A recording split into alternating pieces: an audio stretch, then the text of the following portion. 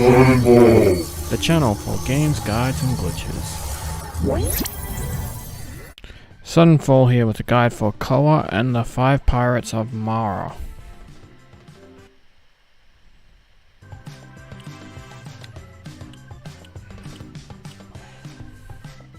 So the first thing I'm doing is going into the settings, because there's a few other extra ones you can add. You can do a level cinematic skip, which I'm going to do. You can add a speed run timer, and you can also have a quick restart, which I don't bother. So we want to go into relaxed mode. The quick restart is pretty good, and you can click in the left stick and the right stick.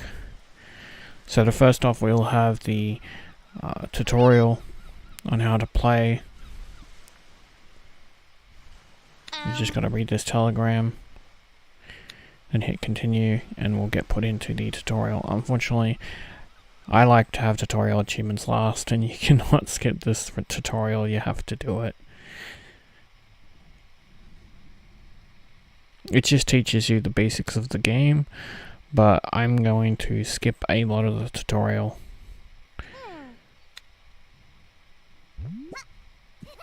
So A and X, when you land, allows you to roll, and this allows you to move through levels faster.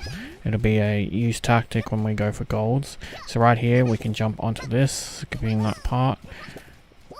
And then right here, we can jump on this plant, and then on this, to this. If we don't fall off, we can then roll, and then jump over here. And here we can just walk carefully on the side. And then once we've got it to the right spot, we can just jump to the left. And then we can roll and jump over here onto this, and then jump down here. Skipping all the button pushes and tutorial information. Although I do recommend you do all that so you know what's what. I just wanted to do this to make it easier. But that will get you the first achievement, piece of cake, for completing the tutorial.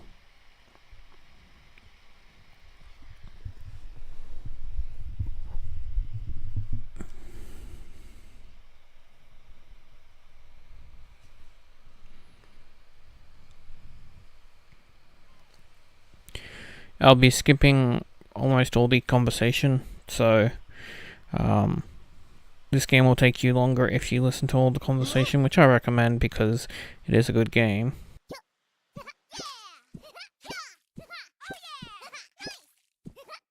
I just want to help you all get through it faster. So we want to talk to Mayo. And here we have to collect 20 seashells. They're scattered around. This is just to teach you about currency in the game, which will rely on seashells.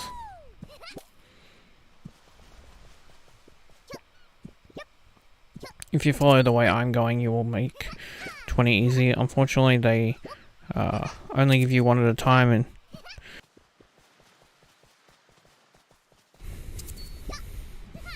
slower than I would like, to be honest.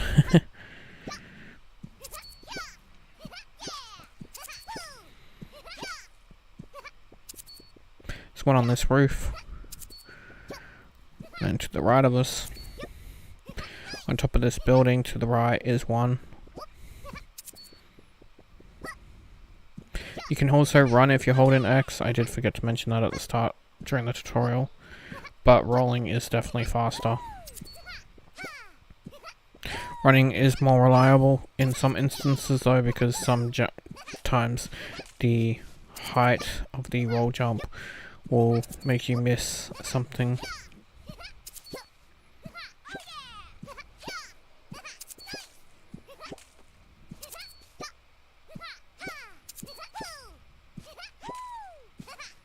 And with that, we have 20.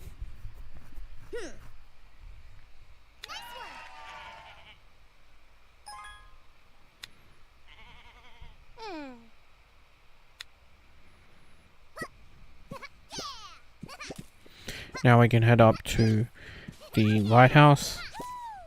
Every time we get a map, we will have to do that. But before we do, grab this trash bag and throw it into the bin. Then we can talk to the person in the lighthouse Doing that will get us an achievement for dumping the trash in the frog container. You can do any trash bag you come across.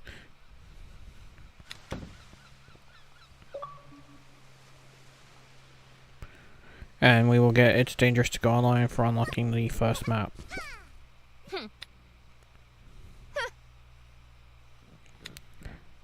Sandy sells outfits. I won't be buying any till the end of the game because there's an achievement for buying one and then buying them all. And NoHo sells backpacks, and it's the same with him.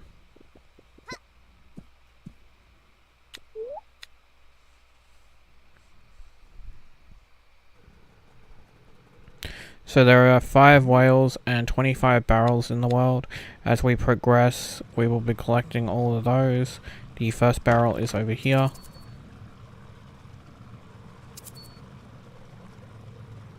The second barrel is here. You'll be able to see them on your map as well if you pull up the map.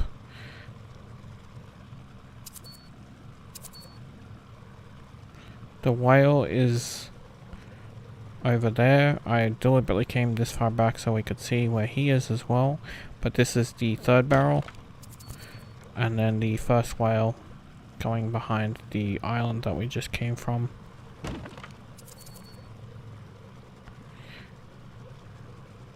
You can of course save all them till the end, but I like to follow and get them as I progress the game. So the first island I'm going to go to is over here. This is the Doughnut Island. This will be our first gold that we have to get.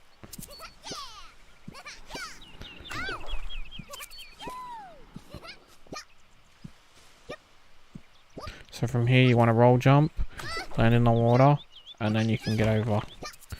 This will give you a good time, because we have to beat 30 seconds. And as you can see, we got 16. So that gives you... Trash is valuable for finding your first collectible, because the end thing we collected was a collectible.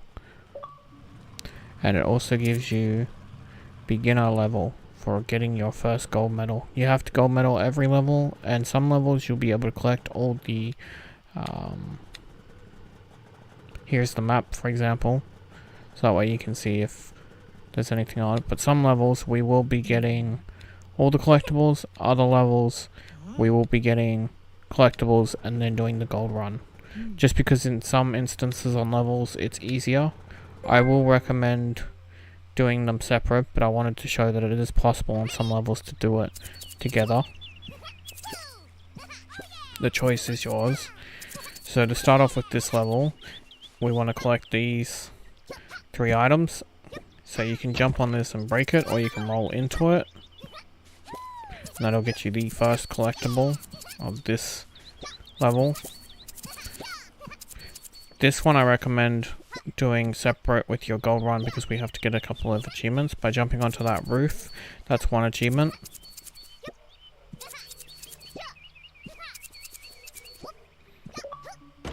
We have to hit a button here that's in this container. So you get back to the beginning for going on the roof of the home island. Up here is the second collectible, which is some trash. Can be a little tricky to get the jumps to land in it, but then once you've done that, we go to this button.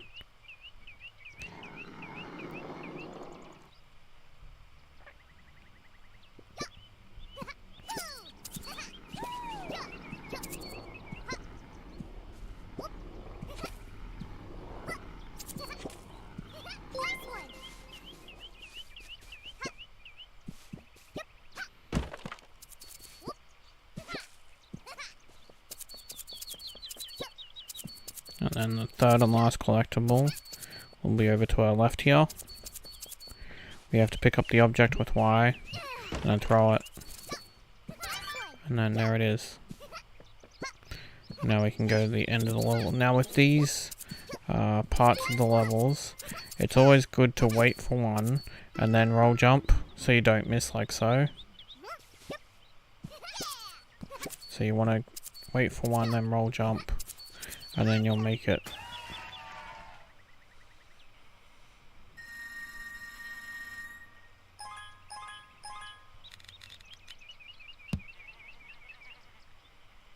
So now we can restart with X, and I'll show you how to get gold. And now that we don't have to wait for the collectibles, we can do it much faster.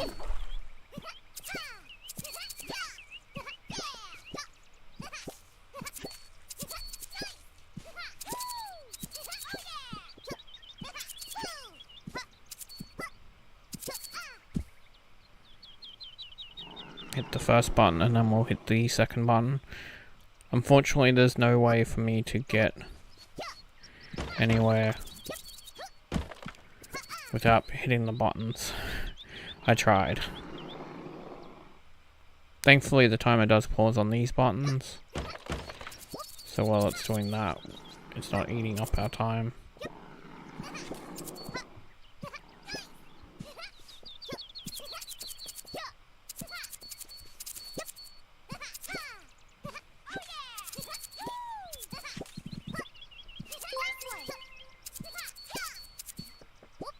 Here is where we want to wait and then do it. And there we go.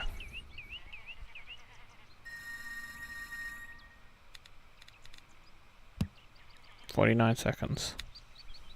So plenty of time if you don't have to worry about the collectibles. This will unlock the second level, Swift Plateau of the home island.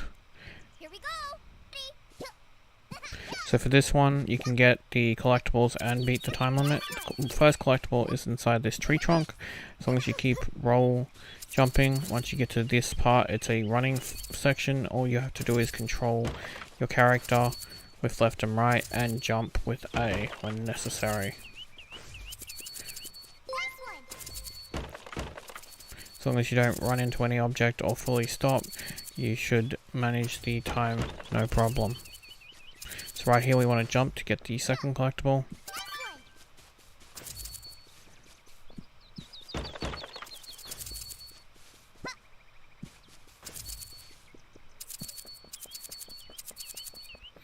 So there are 3 speed things we want to hit here.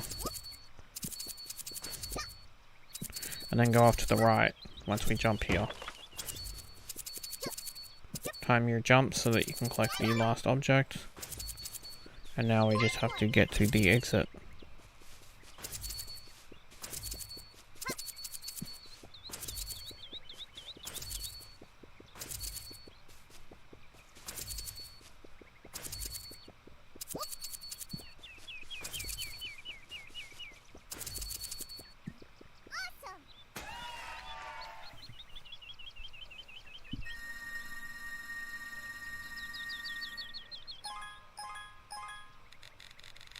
As you can see, all 3 collectibles and the time limit beat, giving us gold. This is where the game will sometimes pop us off for a second to tell us new items have been unlocked. It's just telling you about new clothes and backpacks when you collect a certain amount of collectibles. So this level, I definitely recommend doing the collectibles first and then a speed run second. So right here we can skip down here. This skips a whole lot just to collect the collectible, which does save us a bit of time.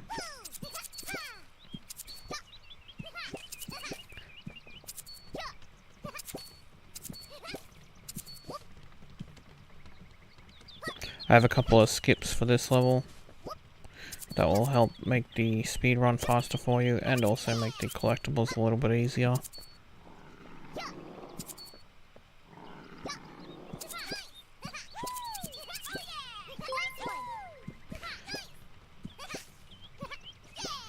So the next collectible is on the left here, just behind this windmill, right here.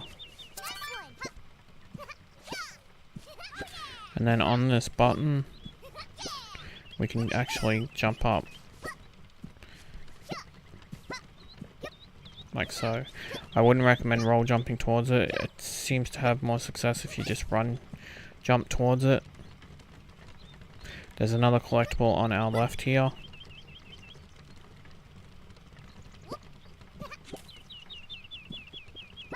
This button pulls out a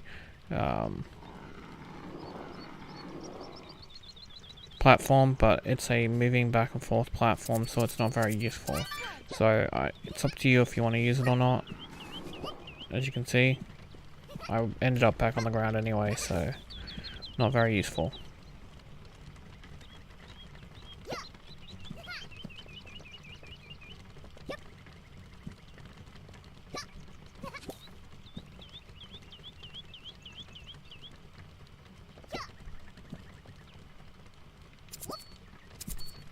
This part of the level, you're pretty much at the mercy of the platforms.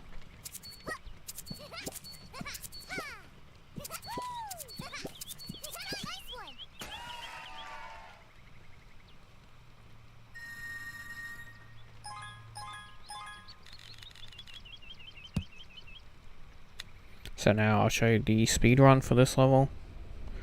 Here we go. Being able to skip the collectibles for this level makes it that much easier.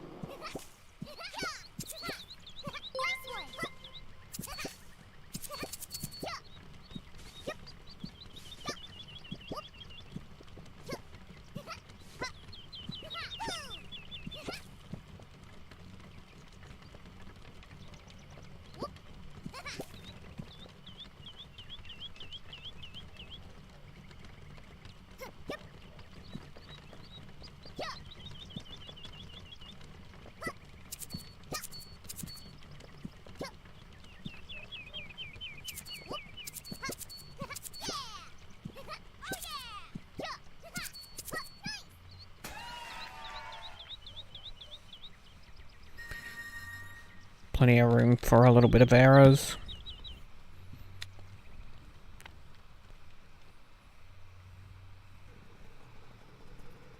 Oh, hi-yo. So now we will have our first boss level, Race to the Sea.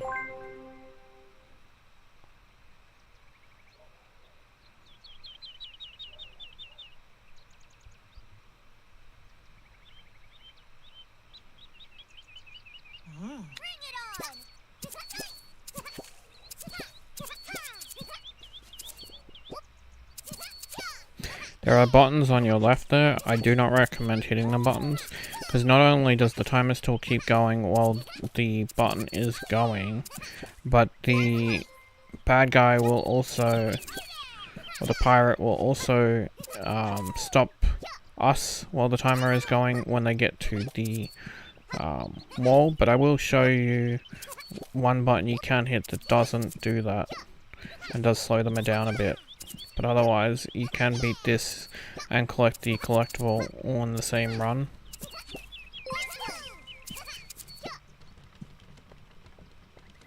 So right here we can jump up and land on this button. And you'll see the timer still going. That's why I don't recommend it. All except for this one button. Because otherwise it will eat up your time going to those buttons and having it still go while you have them pressed. So right here you can jump to the left, wait for the one to come back out and jump to the right.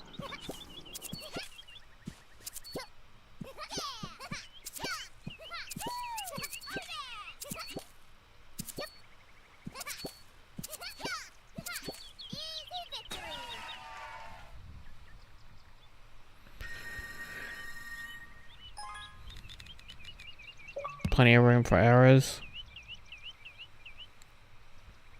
but that'll get you an achievement for beating her in a race, and you can get the collectible in either a separate run or during your gold run. Here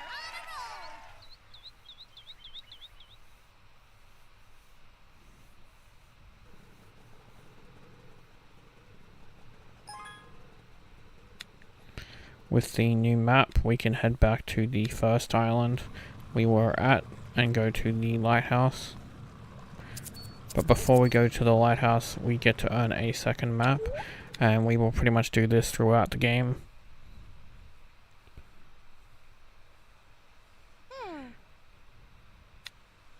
If we go off to the right, Mayo will be there, challenging us to a race. It's not just yet. We do have to go to the lighthouse this first time, but when we come back down, we'll be able to do the race, and then from then on, every time we land in, we'll be able to do the race first, and then go to the lighthouse with 2 maps.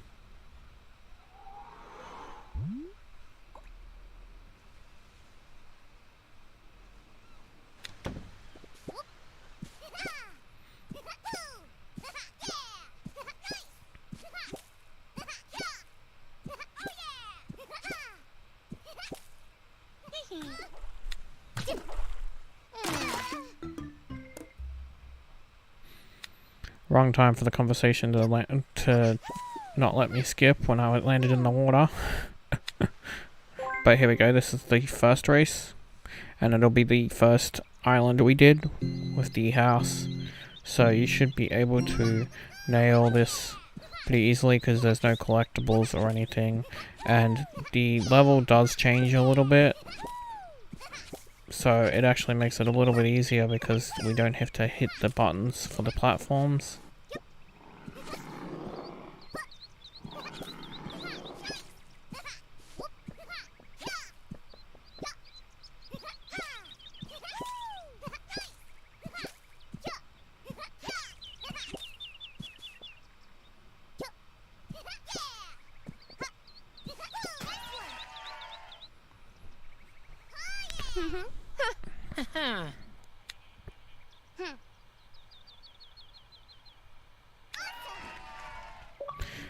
And beating them will get you the first achievement for winning a race against the pirate apprentices.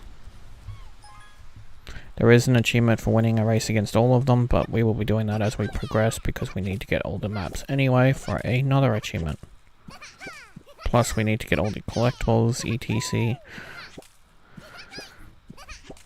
So we want to head back to the lighthouse so we can reveal this tiny little map, which will reveal this area here and give us another location.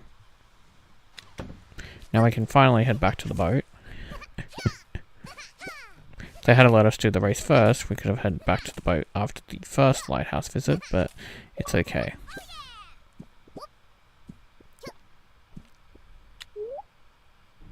And for unlocking a small map, we also get another achievement.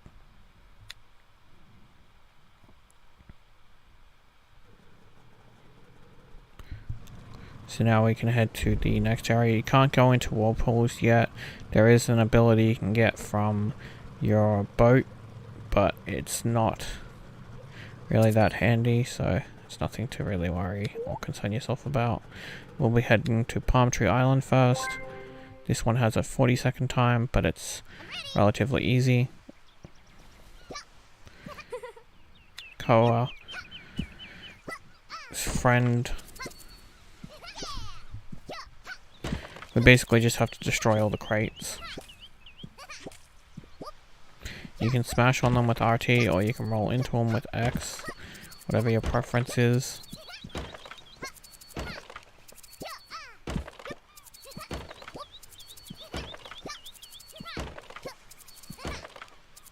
Once they're all smashed, we can then talk to the person and get the item. It's nice and easy. Gold medal.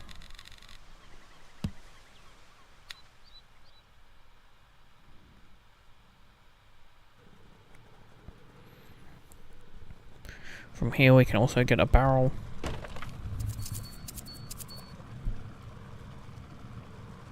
And the 5th barrel.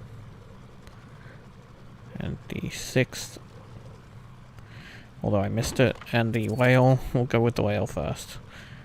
And now the 6th barrel.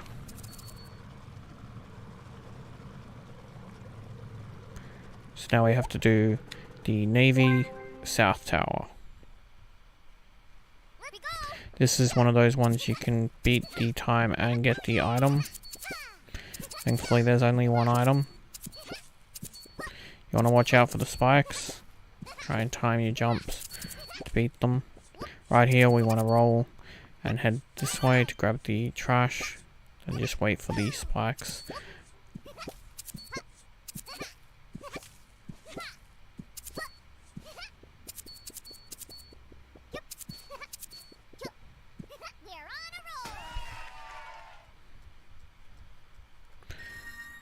As you can see, the time to beat is 50 seconds and we got 31, so there's plenty of time for errors.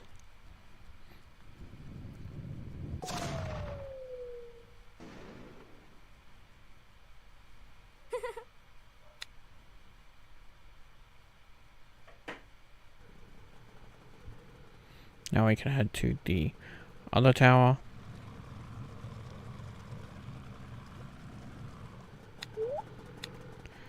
The north tower. And again we will be able to get the collectible and beat the time limit. This one's a little bit more challenging in the fact that it has platforms that fall down when you touch them.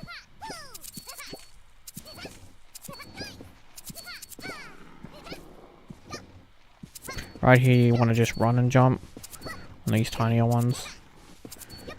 If you time it well enough you should be able to make that, and then we just gotta wait for the platforms to come back. Once they're back we only need to land on the first one and the last one. No need to land on the middle.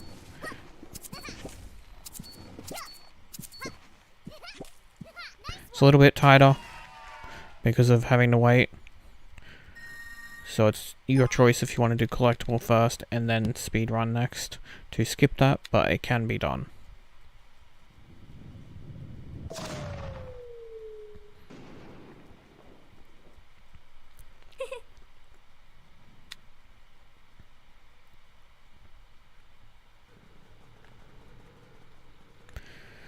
So now we can head to the main part of the level, which is the Navy entrance.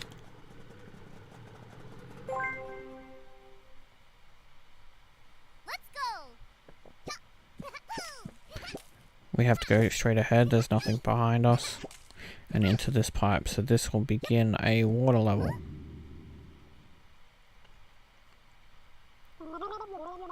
So to sink faster we have to hit RT, but you have to keep hitting it. It's not something you can hold in unfortunately. And then X is to go to the side, left or right, depending on which way you tell it to go. Will spin you faster. And then A, of course, to raise yourself if you lower yourself too much or need to raise yourself at any point. So right here is the first collectible.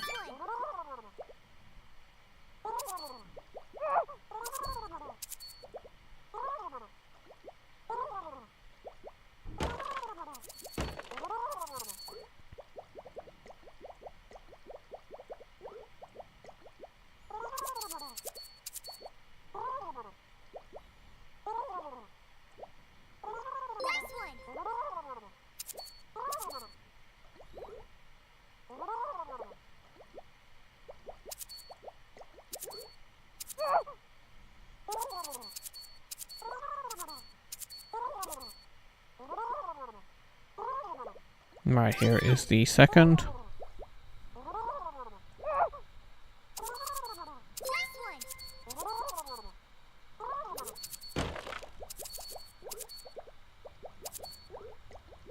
And then here we keep going up for the third. Again, avoiding the bad guys, but it's right here. And then we can go straight down and head to the right.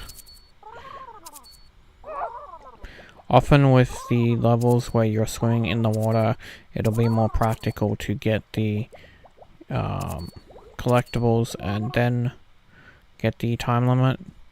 Let's get going. Awesome.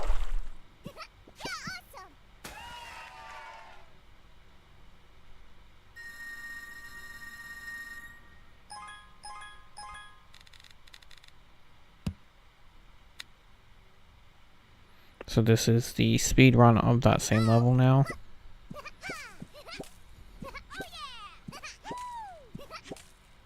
yeah.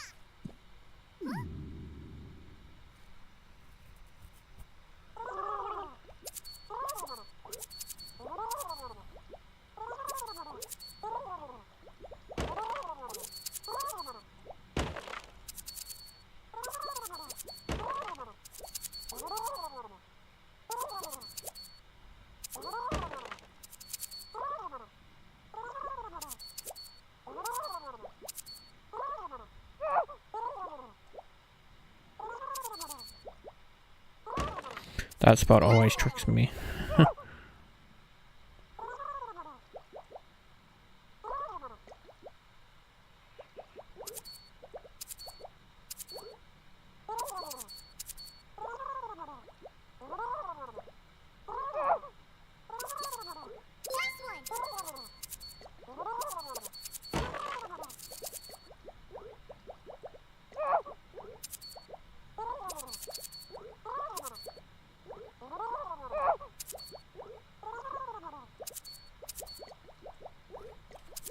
For the few seconds you're invulnerable, when you get hit you can destroy another object if you're quick enough. That's what I just did then to make the time.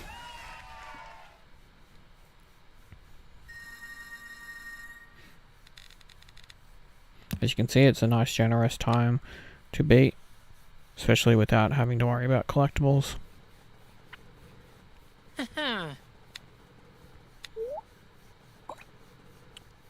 So now we're in the control room ruins.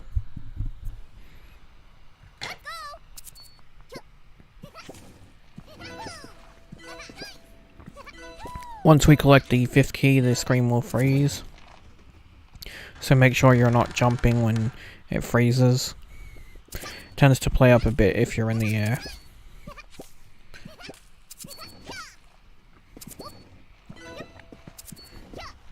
So again, we have another 5 keys to collect, so we should head to the left.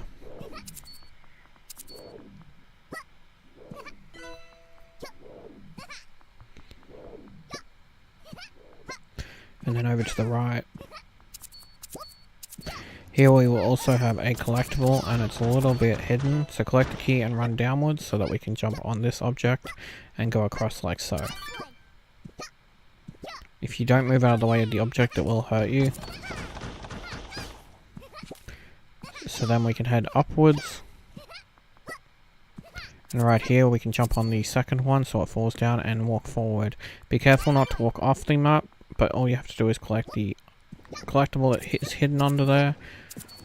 I know it's a bit hard to see because I didn't destroy any other platforms, but I am doing the speed run as well. So here we have to get across. If you get hit by a spike, it's okay, we can spare the health.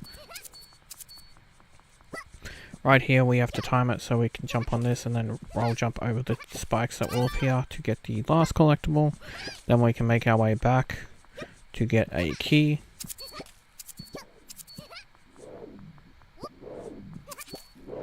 Here you want to time your jumps so you don't get hit by that. And then when we fall down we will pass the checkpoint which will heal us. We want to head down here, and here we have another skip. You can jump onto this pipe, and from this pipe you can jump onto this spike, and from here we can jump to the key.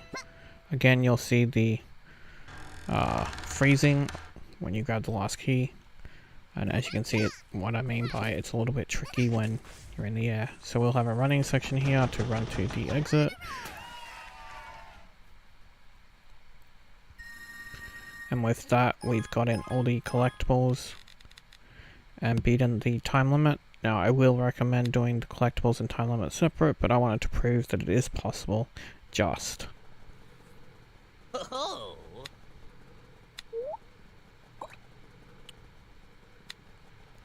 Rise to the Dome is the next level, and this one is one I recommend not going for both, definitely. It will drive you insane trying to go for both. I have a little couple of tricks to make getting the collectibles easier, and this does eat up time. So for example, this one, we wait for the platform to fall, and then we can collect the collectible, saving us having to actually go on the spikes at the beginning, and possibly hurt ourselves. Then we want to pick up this object, and take it with us, wait for the spikes. And then when we come over here, we want to throw said object at the button once it's highlighted. Here we want to move over to the left to avoid being hit. And here we want to very carefully, even though I wasn't, try and avoid being hit like so. So here when we run on this, we've got to jump to the other side straight away. And you got to repeat that so that you don't get got. Here we can just speed our way through. We want to slow down when we get up to this point. So we want to jump across, avoid being hit, jump back, collect the collectible, and then we can proceed. Here, just be careful about your jumps so that you don't fall off, and then head to the right. I got lucky here because it's a little bit tricky. I knocked the platform, went for it, missed, but had enough time to continue. The collectible is right here. You might need to time it better than I did.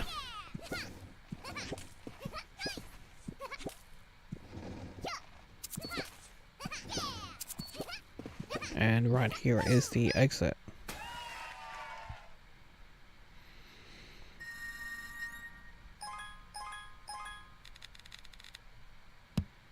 See, it may be possible to get the gold, but I wouldn't recommend it.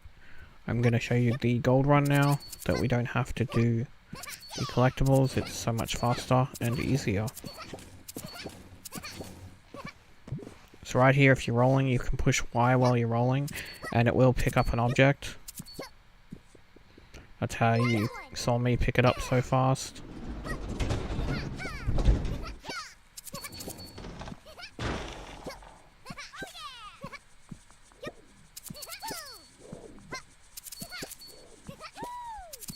And again here, we gotta jump to the left and right to avoid the spikes.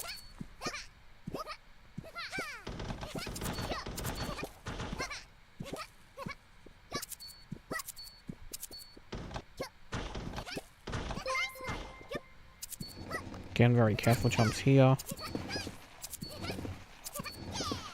Now we can head left instead of right, saving a ton of time, really.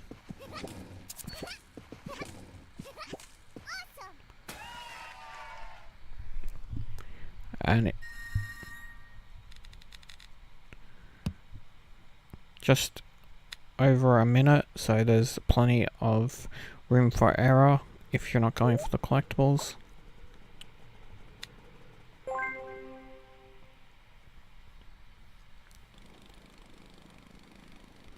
So this level is probably the worst one, because the camera follows the boat and it's quite frustrating, because there's basically a barrier if we go off camera that prevents us from going any further, and so we're stuck to what the camera shows us to continue. And there are instances like this where they destroy objects, and if we're going too fast, we're stuck and can't progress. That's why you'll see me just stop moving, because I'm waiting for the camera to catch up. So right here, we can hold in X and actually just run through this part. Jump here though, at the end of the falling brick.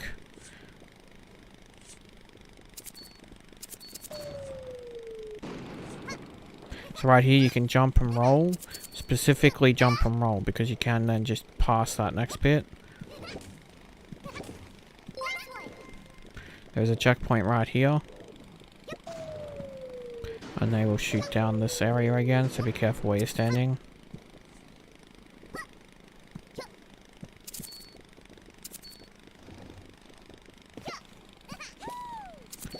I accidentally knocked that down. Don't do that. Here we just have to avoid the roly-poly stuff. So here we actually do have to jump.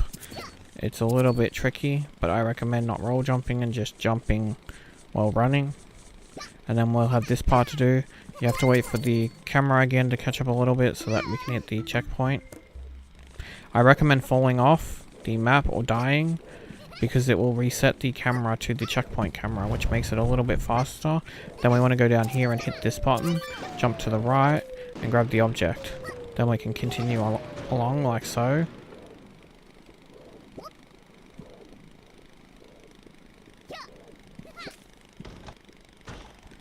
And from there we can jump across. Once we see these stairs, we're in the clear to just run straight ahead, because that's where the finish is, even though you can't see it. This level's a little bit tricky, but it can be done with getting the collectible. It's your choice which one you do. But with that, we've beaten her, and we will get another achievement.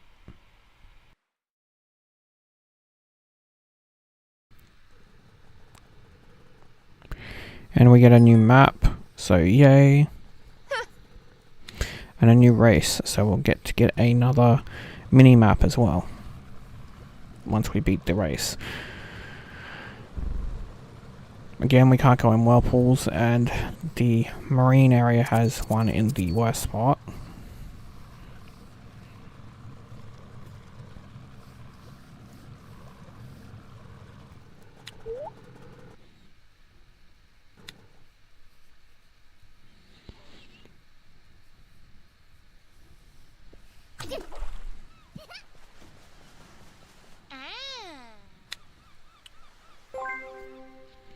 So we have our second race.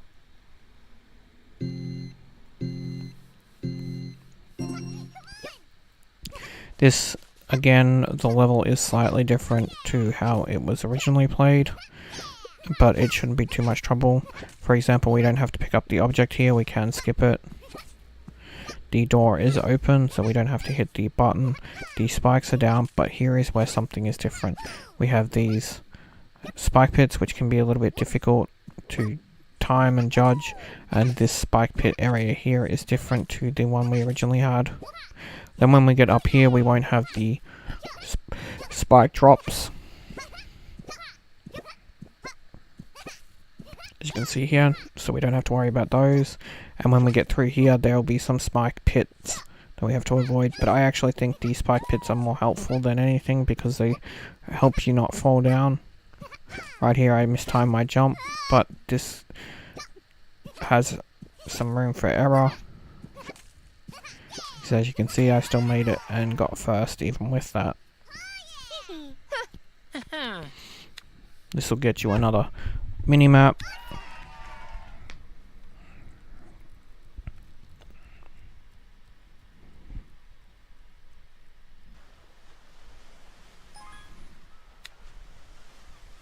Now we can head to the lighthouse and cash in our maps.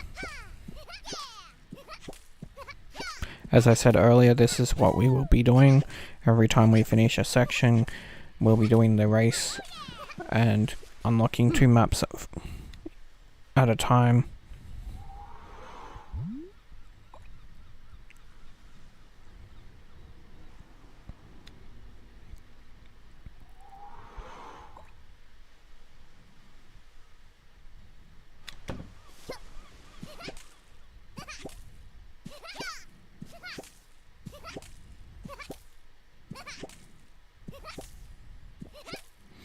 And now we'll have Caleb. Caleb is our best friend. This first upgrade we get will allow us to play levels we haven't been able to play yet, which are Sunken Treasure levels. And it will also get us our first achievement from Caleb for upgrading our boat, which is called Pimp My Boat.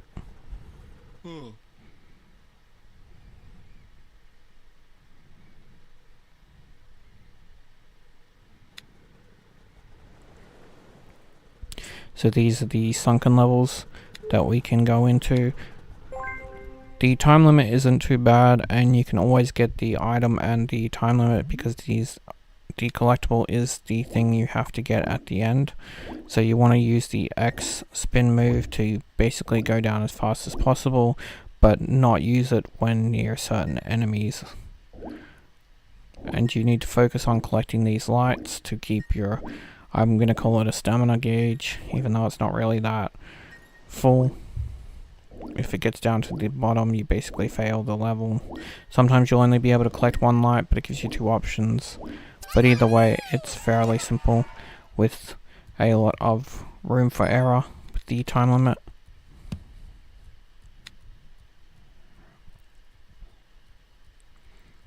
This will also get you an achievement for your first Sunken Treasure level completed. And again, we have to go around the whirlpools, which I do forget because the navy one's in the most inconvenient spot.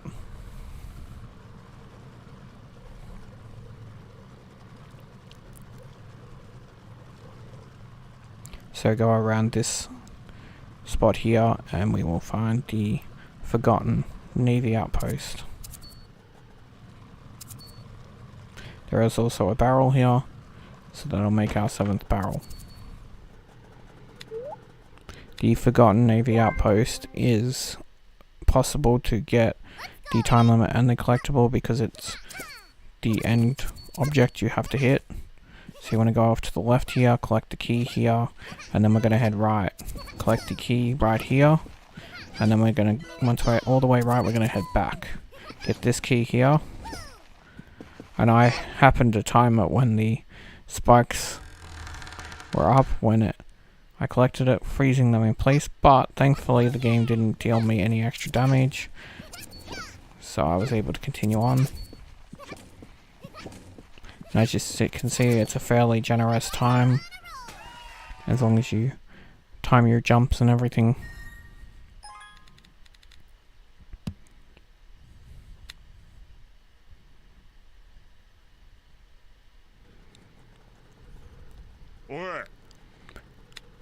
And with that, we can continue on to our actual unlocked area.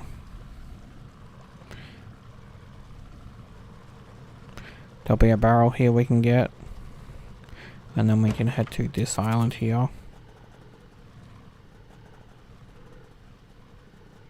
The Forbidden Outcrop. The battleship level isn't too bad. You just basically want to move fast while trying to avoid the bullets. There is a little room for error. I actually make an error myself when doing this. I get hit by one of the bullets. As long as the bullets don't knock you into the water, like so. It didn't knock me into the water, I'm able to continue. Then it's not too costly to get hit.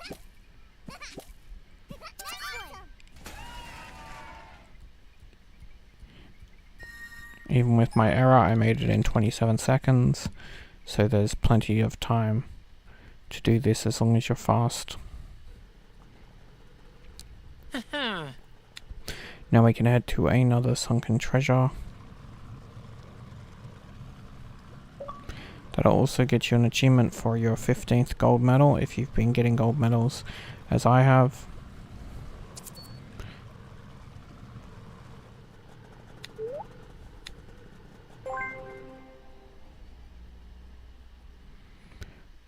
Again, we just want to hit X when we're clear to be able to go down faster while collecting the orbs, and only not pressing it when we're trying to avoid enemies.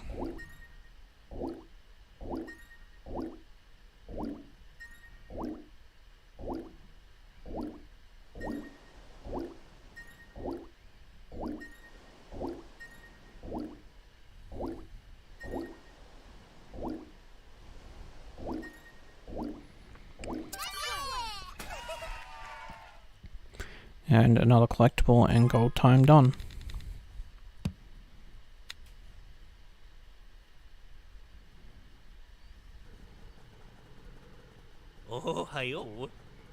Now we can go and get another barrel, which is just up here. That is the 9th barrel. And then we can begin our battle with Echo.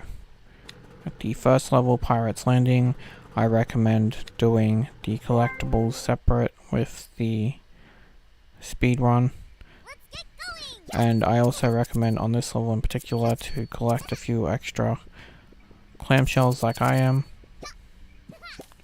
We need clamshells for the end of the game when we buy everything.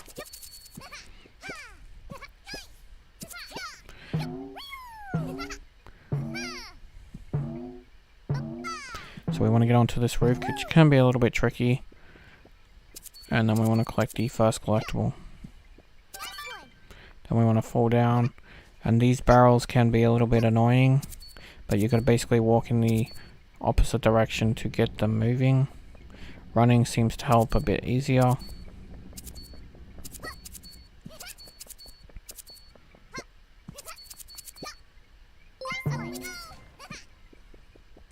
So this collectible, or I should say the second collectible, we have to jump on the cannons, and from the cannons to the right onto the barrel, and from the barrel onto the second barrel.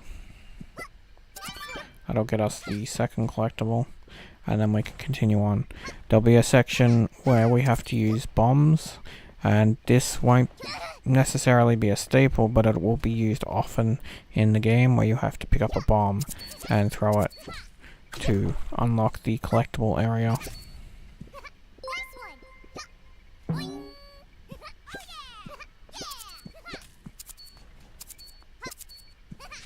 So right here we have another one of those barrels that we have to get moving, but this one isn't that difficult, thankfully, unlike the first one.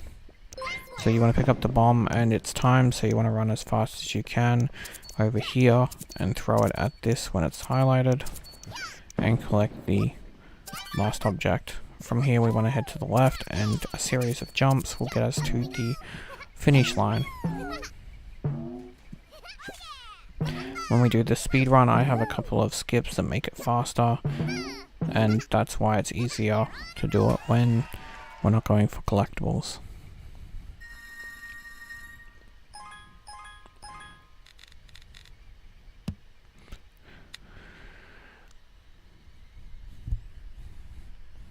So right here, we want to aim to the left and jump off this, bounce on the water, and then we can go to the left here. Jump off this. Sometimes you can make it onto the barrel, sometimes you'll get damage like I did, but it's fine. Now we can just hit this checkpoint, that'll heal us, and we can continue on.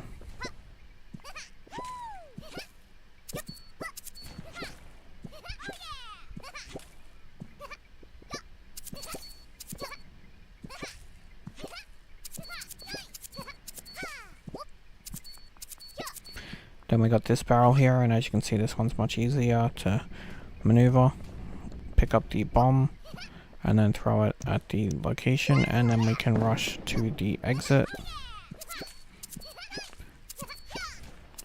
Try and be precise with your jumps so that you don't have to repeat them or fall down. This one can be a little bit tricky, but once you get it, as you can see, the time is more or less generous enough. I made it in 1 minute and 3 seconds, so I had a whole 20 seconds to spare for errors.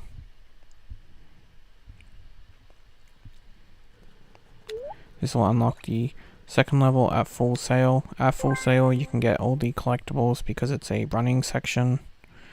It has one annoying feature though that they do often in the running sections that I didn't like, where the camera will shift direction and it makes it a little bit more tricky. So you want to go to the right here to collect this collectible. That's the first one. Then we have to jump on a series of barrels. This one is very hidden, so you want to get to the right and jump right here. That was the second collectible. We don't get to the third one for a little bit. This is where the camera swifts, and as you can see, why I said it's a little bit annoying.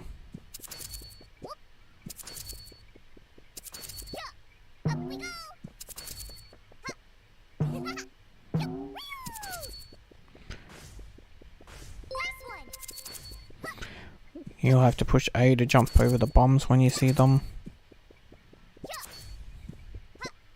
Here we want to head to the... When we get to it, the barrels, we want to head to the left. Grab the collectible. And that's all three. And now we just have to basically race to the finish without causing ourselves any time delays. Again, we have another camera shift.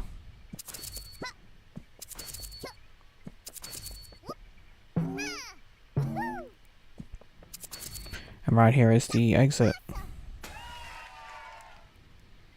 And as you can see, we got all three collectibles.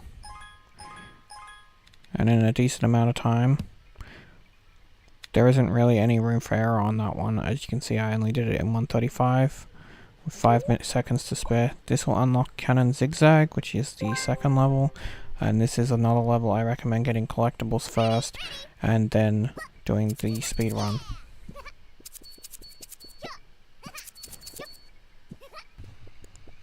So again, we're going to have bombs.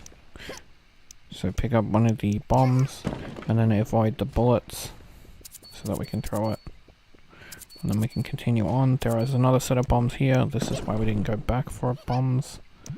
And we can throw them as long as you don't fall in the water like I did. And we can throw it at this location here. If you don't hit the item, the bomb will blow up after a set time, like so. And then you can hit the button to raise the platform. From here we can skip across.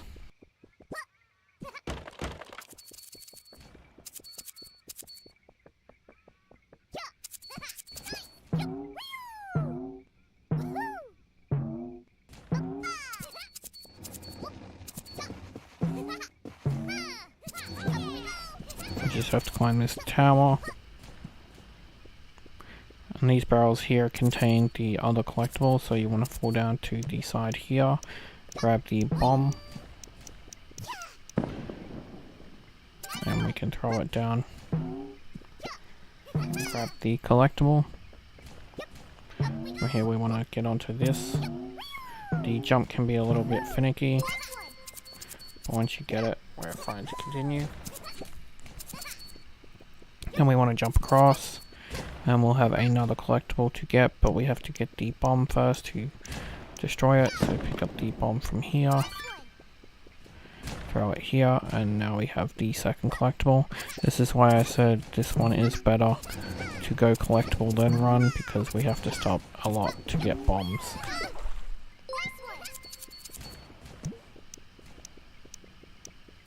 So again, we're gonna get another bomb. Throw this one here. And then another set of bombs once we avoid the bullets.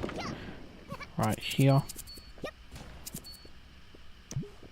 And then the last set of bombs up here. Now the easier way to get this one I find is to come over here, get on this barrel here from this rock, and then roll jump across like so. That'll allow you to get the last collectible, and then we can head to the exit and then restart.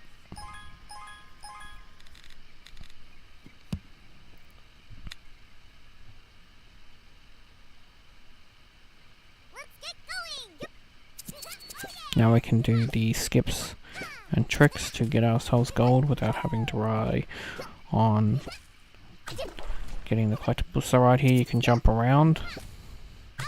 Doesn't matter if you get hit, and then here you can jump across. Again, doesn't matter if we get hit. Avoid being hit now though, because we need to heal from this checkpoint. Then we can continue on.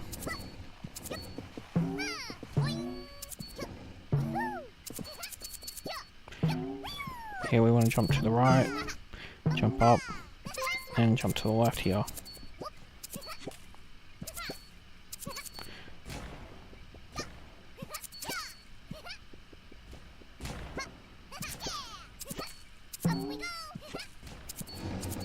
Here, make a careful jump because it can be a bit difficult to get up here. And then we want to get to the side here. Grab a bomb. For this part, we do need a bomb.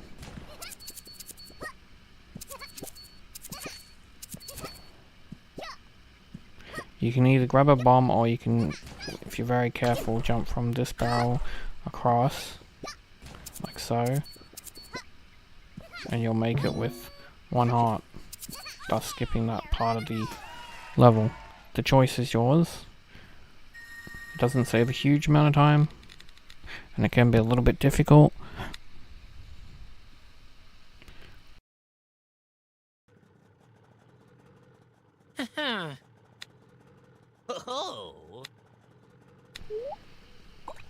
But with that, we're now up to King's Cap, which is our first real boss fight.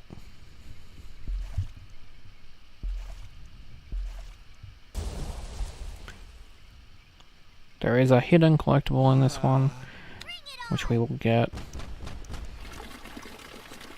So he will spit out bombs. You need to pick them up and throw them at him.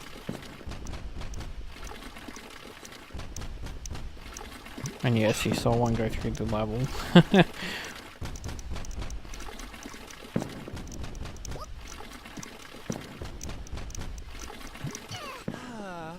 Once you throw a third at him, this will start the second phase of him.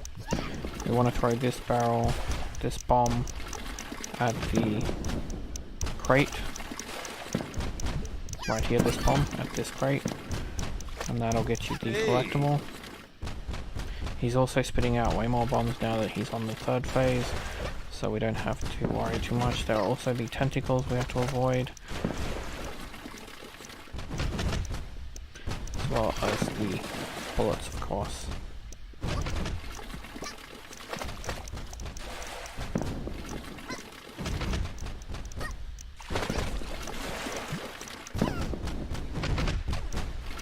As you can see, the tentacles can block the bombs, which really sucks.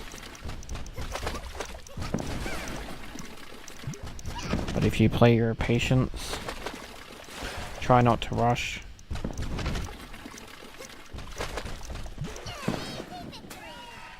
You should be able to beat the time limit and get the collectible quite easily.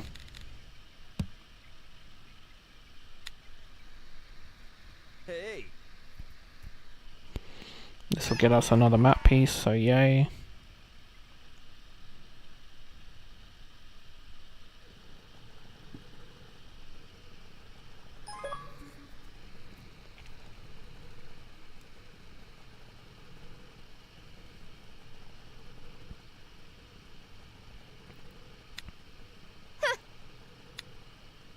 And this will also get us another race that we can go back and do.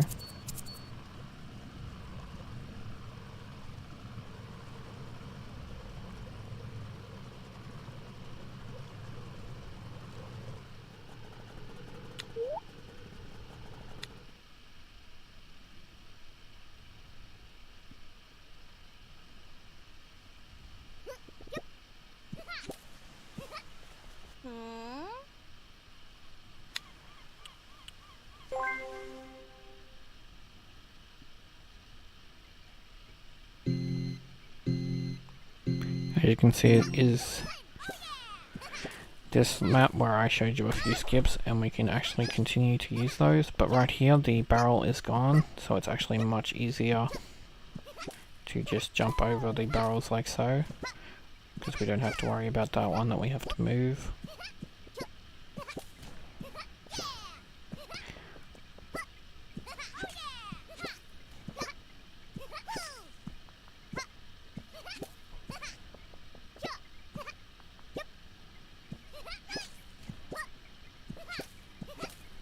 And here it's much easier as well, there's no bomb, so we can just go through quite easily.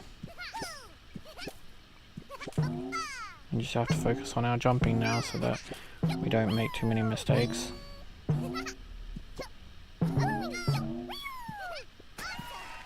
And there you go. Nice and simple.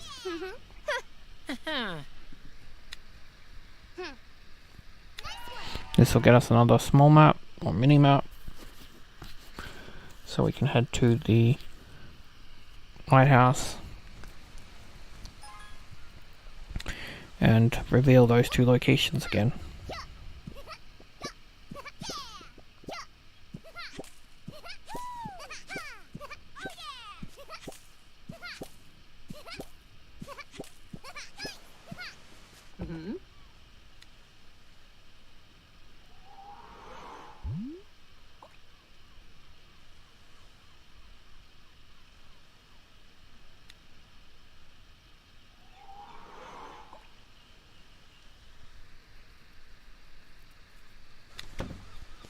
As you can see, the minimap is often in the previous area that we did.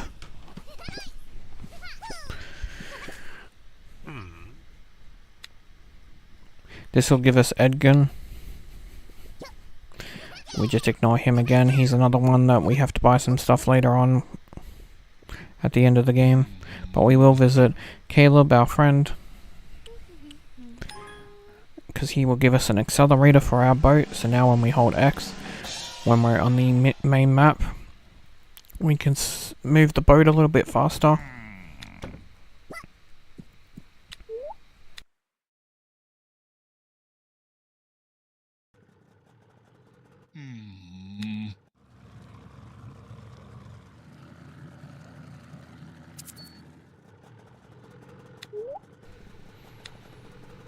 Alright, I did that one. Couldn't remember. So we want to go back here, and there is a barrel here. So that'll give us our 10th barrel. And there is an island here. So this one is fairly easy. The rest of the island, we just have to talk to the person. You don't have to destroy any barrels or anything, so you can just race to the person over here and have a conversation with them. Of course, you don't have to do it as fast as I can, so if you want to smash a few things you can, but as long as you do it within the time limit, you will get gold.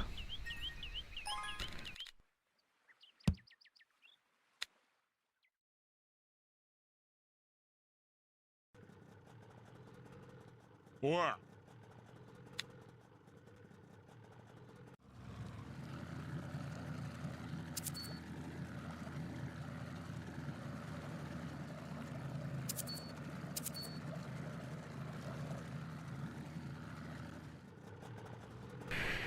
Here is the location I was looking for earlier.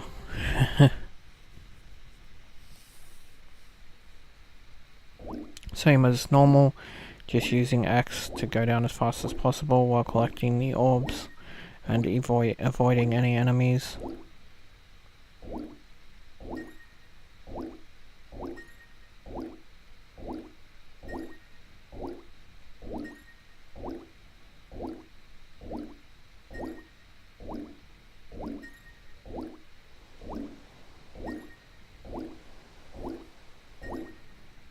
And with that, we got that one done nice and quick.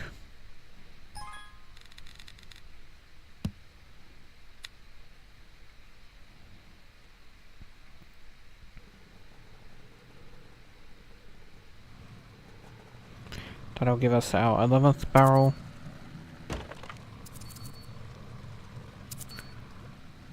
Trying to go around the whirlpool. There is another barrel here and a whale. That is our 3rd whale and our 12th barrel. There is a 13th barrel if we go around these rocks right here, which I missed. There we go, 13 of 25.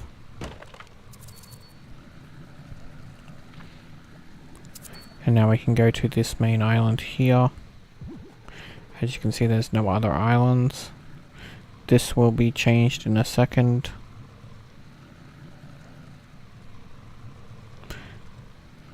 So ignore the time limit on this island because we cannot do it yet. Just race as fast as you can to the person so that we can have our conversation.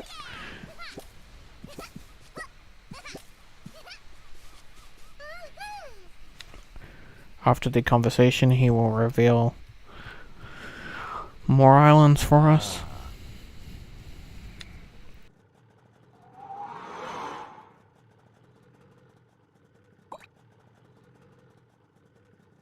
Ah.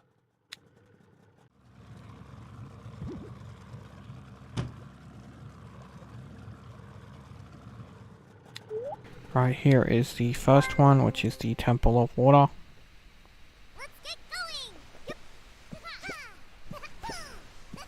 Talk to the Temple Guardian. This will teleport us to the actual level, which is an underwater level. It is possible to get the collectibles and the time limit using a slight trick I like to refer to as the death warp. So you want to head to the right like I am and talk to this guy here. He will remove one of the things blocking our path. Then we want to head up and to the left. Careful not to be hit by them. And then we want to go up here. Collect the trash and then get hit by this guy so that way we can die. This will put us back at the middle, or the start of the level you may as well say, and we can head downwards. Using RT to go down as fast as possible, and then X to go across as fast as possible. Make sure you chip your health like I did. It makes it faster. We want to go down to the left here, collect this collectible, and then quickly go up to the top and the left here to talk to this guy. Once he removes the second thing that we needed in our way, you want to go to the right and quickly die. Again, this will spawn us back at the start of the level, so we can head to the left. Want to head to the left here, ignoring the damage you get from those people. As long as we're on 1 heart, we're good, because when we talk to this guy, we can pretty much kill ourselves.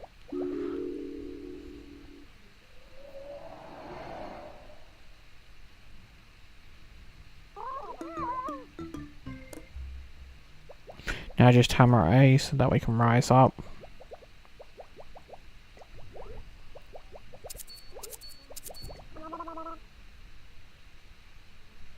Here we go. Yeah. And from there we can head to the exit. Awesome.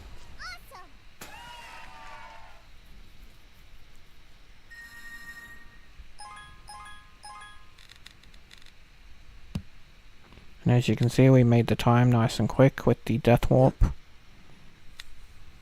And got all the collectibles. So now we can head to the next island.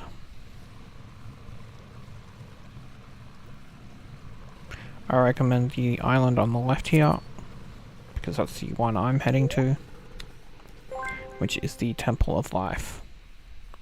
Let's get going. Again, we have to talk to the Guardian. And then we will begin the level. So with this level, you have to pick up these lights and throw them into the baskets.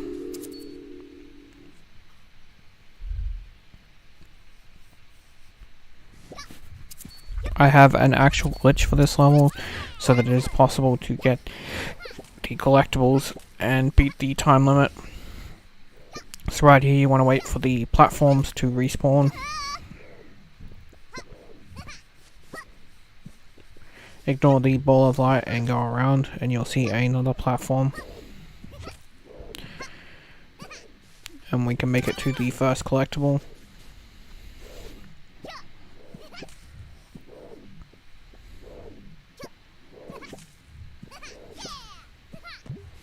Now we can pick up the ball of light and continue on.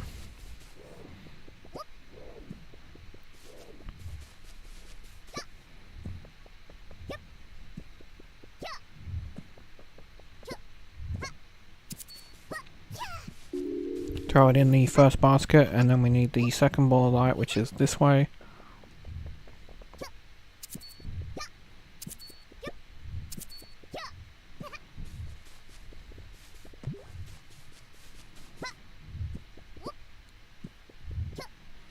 You have a few seconds after a platform disappears that it's still solid, but it's a gauge on whether or not you'll make it, so the choice is yours.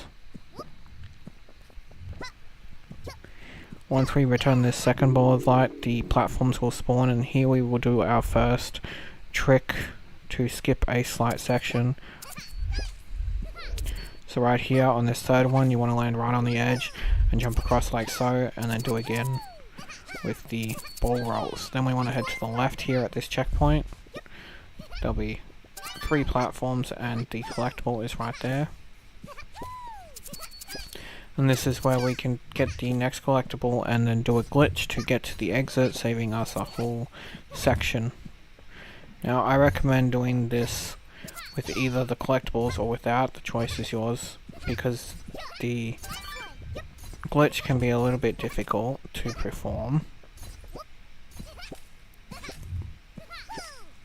So if you want more time, not getting the collectibles will give you that. But it is possible to do the glitch and get the collectibles, getting you the gold time. So you want to climb onto this vine here and not fall off like I did. And then you want to go onto this vine here. It's a little difficult to see, but you can jump up onto it. And once you get the right spot, from there you can jump up onto this and then back onto the vine. And from there you can roll jump up onto the top here. and then we can roll jump right off the edge to this spot here, which is the exit.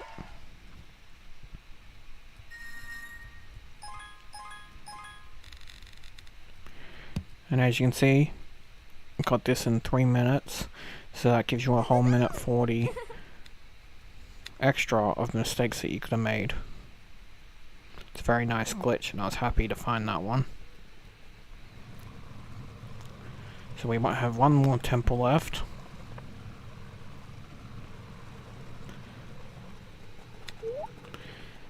And this is the Temple of Fire. Here we go.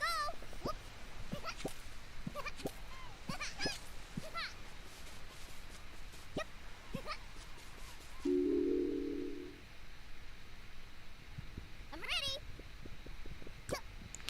So right here, we want to get the collectibles,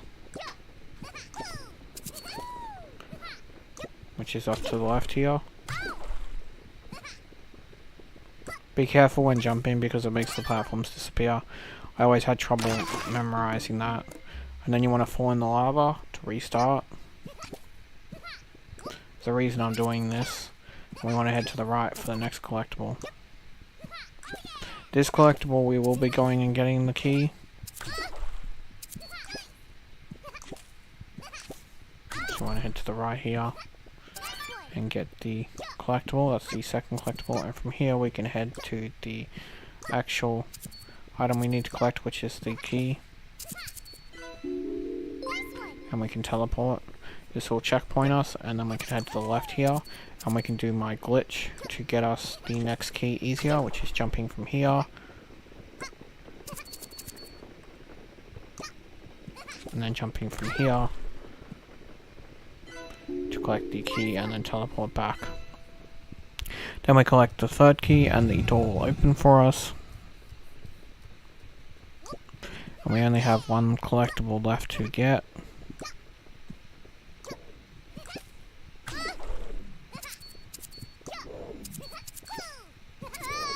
There is a checkpoint up here, so damage doesn't really matter as long as you don't die.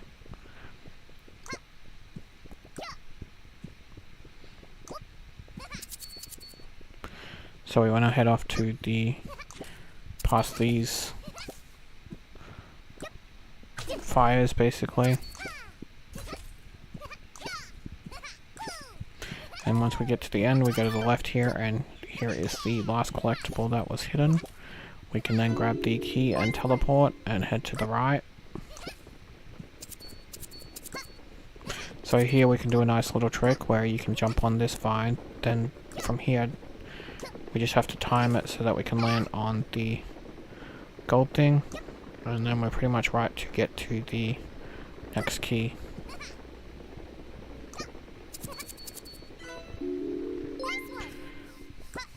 Then we collect the third key. This will open the door and allow us to get to the exit, which will be a running section.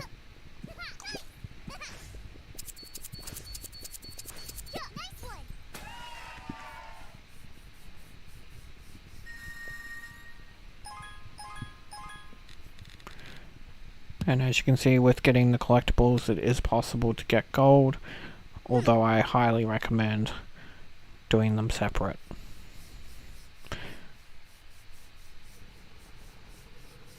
Oh, hi-oh.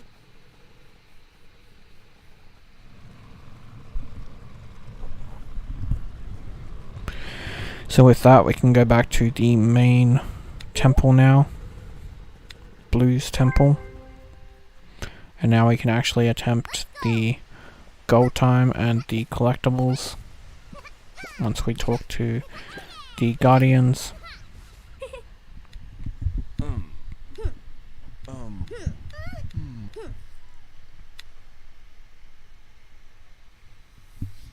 we ready. So I recommend getting the collectibles separate and then getting the speedrun, just because the collectibles are out of the way,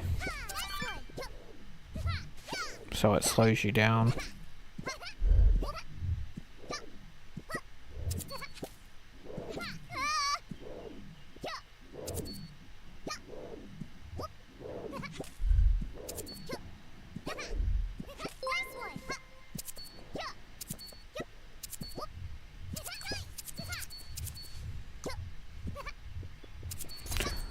The next collectible will be at the end of this area. Before we climb the tower, there's hidden platforms. So climb on this thing. Try not to get knocked down like I did. And then you can follow these to the spot here to collect the second one. Then we can proceed to climb the tower.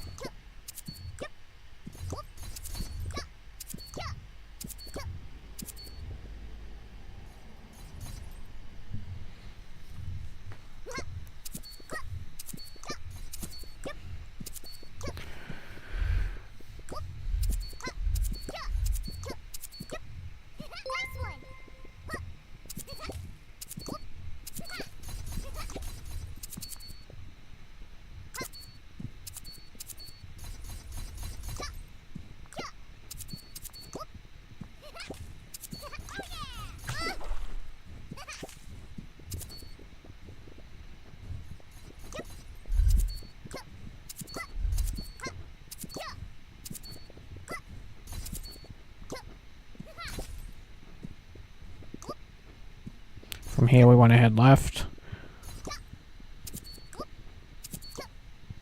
to get the last collectible. Then we can head off to the right because I've got the damage I can take. If you land on the spot there, you can then make it. There'll be a checkpoint here which heals us, and then a running section.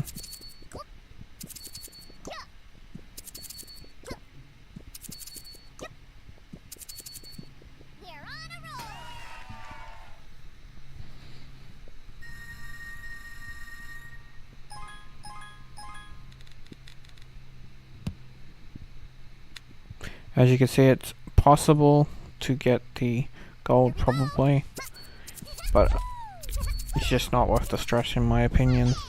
This is the speed run, so now we don't have to worry about the collectibles, and you'll see the major difference in time. It also gets us an achievement for completing the main temple.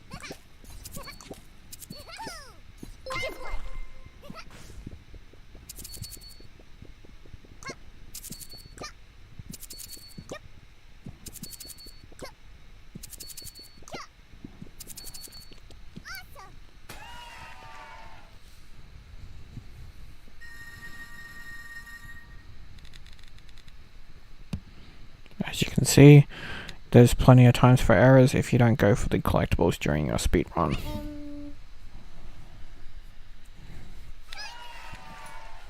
But with that, we've officially completed Blue's Temple, by our standards, even though the achievement pops after beating it once.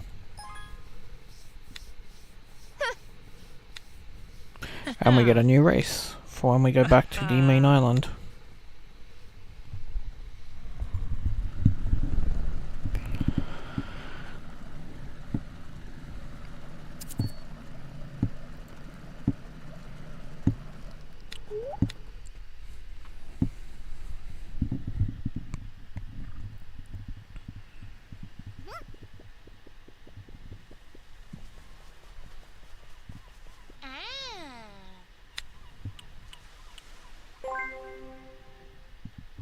So it'll be the temple race.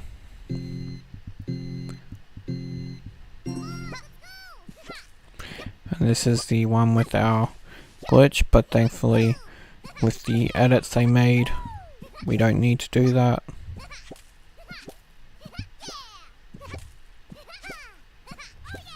As you can see, everything is unlocked. Right here we will still be doing this skip though. Time it so you can jump off just the edge and you'll be able to continue on like so, which saves you some time.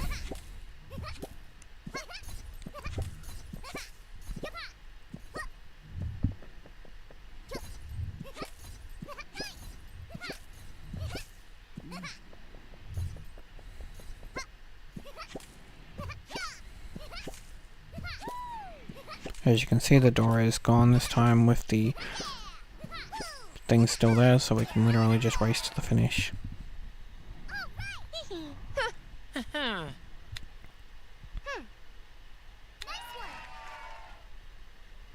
And then it'll get us the mini-map.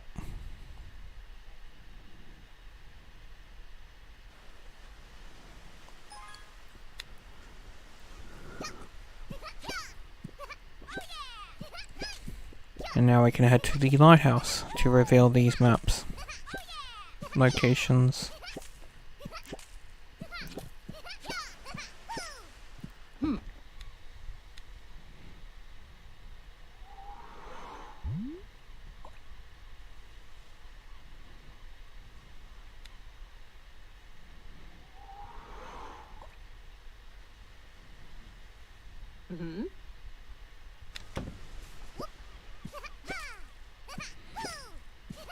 Before we head away, we will be stopping at Caleb to get ourselves yet another upgrade for our boat.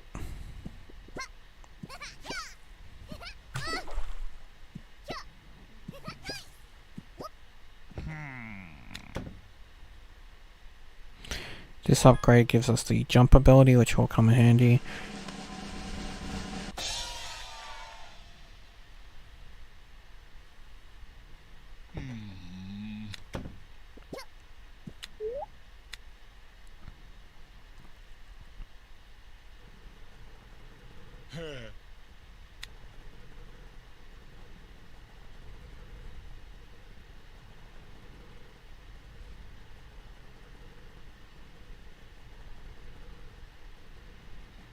Because right here we need to jump with A, and then jump again to go over this.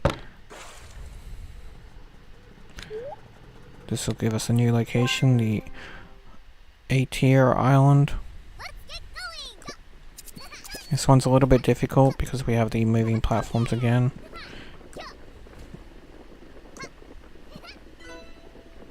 But we want to collect the key here.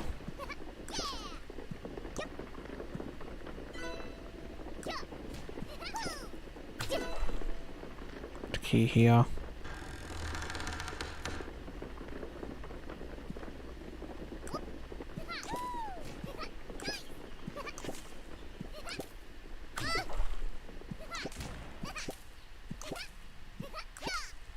And now we can get the object. It's generous time limit on this one of 1 minute. And as you can see, I made it in 30 seconds, so there's plenty of time for errors. Where? As you can see, there's a nice barrel waiting for us, so that gives us the 14th barrel. And now we can continue off to our actual new area. Don't forget it's A to jump over those. So right here we have our next barrel, if I don't miss it, which is the 15th barrel, and here is the 16th. Watching out for the whirlpools.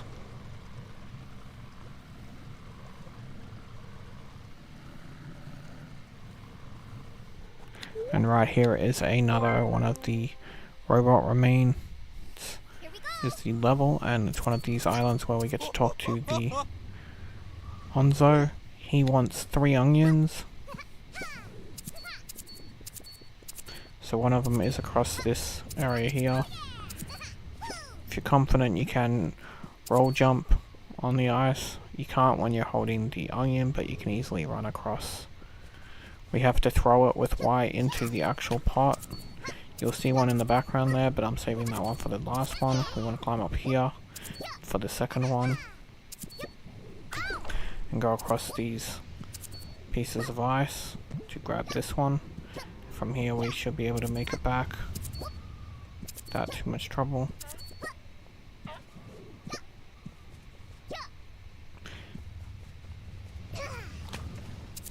And now we can collect the third one with ease.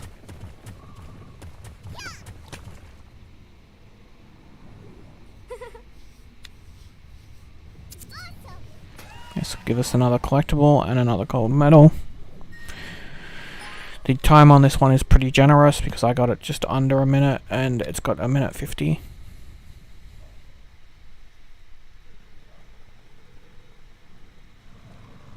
So with this we can head to the main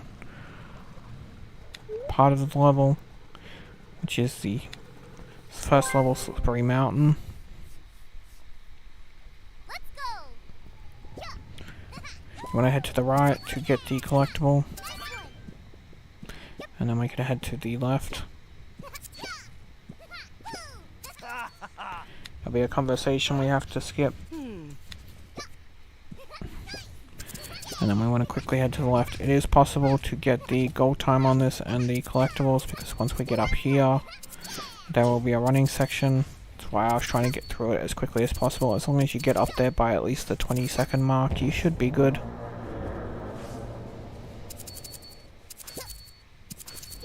I was just shy of the 20-second mark. I think I did it in about 22-23 seconds.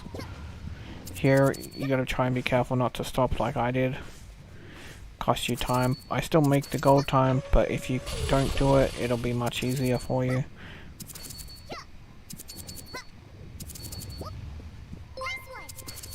So here we want to head to the left.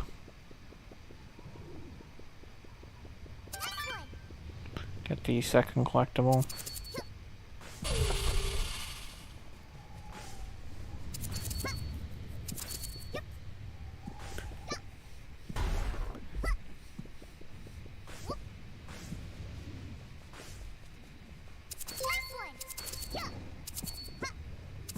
Coming up, we want to head to the left again. This will get us the third collectible jumping up here. And here we want to hug the right a little bit. You'll see me do that in a sec right here. This will allow us to get to the exit a little bit quicker. And see, we just made it with 136, so it is possible, but the choice is up to you. Sorry, 137. But still, the choice is up to you if you want to do it separate or together. So now we have the frozen cave. Now the frozen cave is one I recommend absolutely to be separate.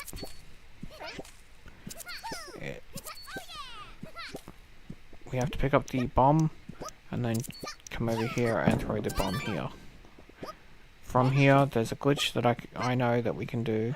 If you get on this tree, you can actually get up to the top there. If that doesn't work, just start at the bottom like so. Because we're only doing the collectibles, I'm not worried about showing you how to do it just yet. When we do the speed run, you'll see it properly in action. So the second collectible is off to the right here. If you're careful with your jumps, you can actually land on the green things without getting penalized, but if you fall off those, it will put you back at the checkpoint. So we're coming up to the third collectible now.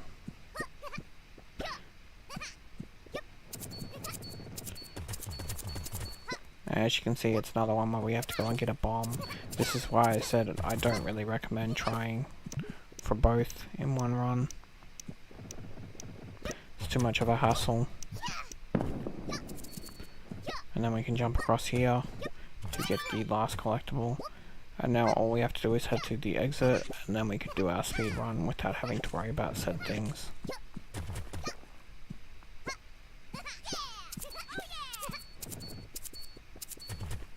This part here, it's good to practice to not roll jump at the end like I did. The roll jump and then a normal fast jump, because the last spikes, the third row, would often hit me if I did a roll jump twice in a row, so that's why I recommend only the one. Here we've got to get 3 keys and avoid the spikes. Try to avoid being hit as well like I was, because otherwise if you get hit a third time you'll end up back at the checkpoint. Once you get all 4 keys though, the door will open and we can head through.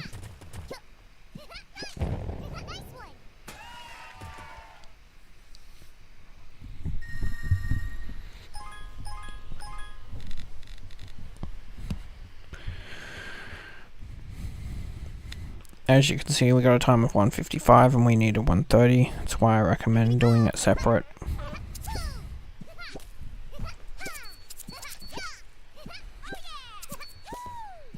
So right here, we're going to see the glitch in action. You want to climb up on the tree, and if you dodge roll just right, you can land up here.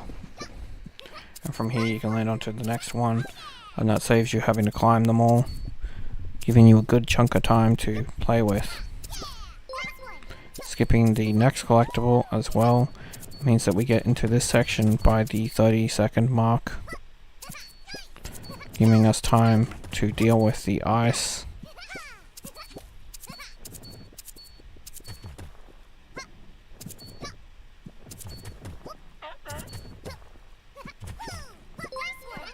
Because I didn't want to be hit by the spikes, I just stuck to run jumping. I didn't do any dodge rolls on that last part. So here we have the key section again. So just make very careful jumps, so that way you can collect the keys.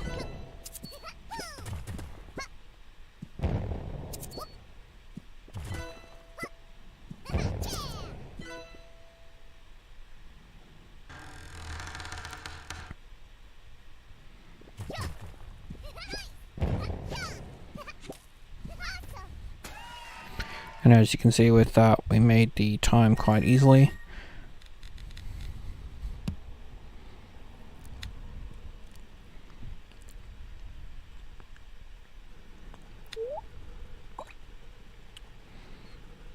Now we're at the Iceberg Peak, another one that I recommend getting the collectibles first and then doing the speed run.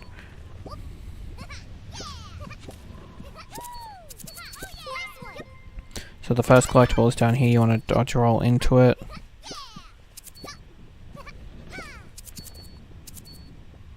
The main reason I suggest for this one in particular that we do the collectibles first and then the speed run is just because one of the collectibles actually makes us not able to use a glitch that I know to make the speed run easier. So that's the second collectible right there.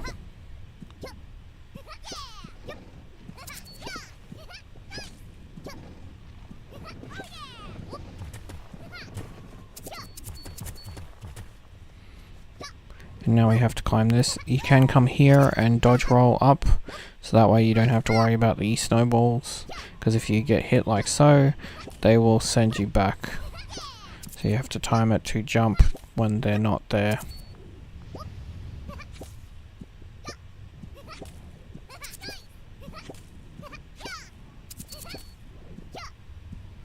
So right here you want to walk forward a little bit onto the ice to make the snowball appear and then quickly go back to the corner.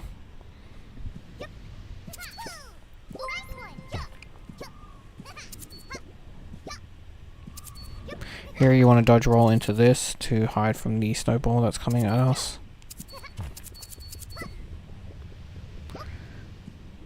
We have to wait for these tiny snowball. Once it goes past, we can get the third collectible, which is the one I mentioned that we had to go out of our way to get.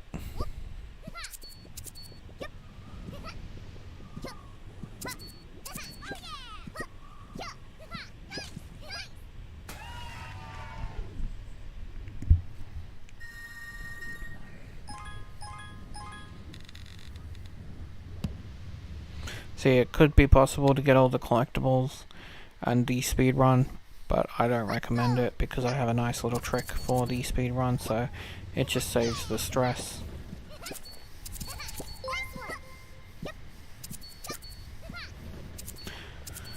So So when the first snowball appears, we gotta hide again. And then when the second one here appears, we gotta hide again. So here is where we get to skip the second collectible, and as you can see, that will save us a bunch of time.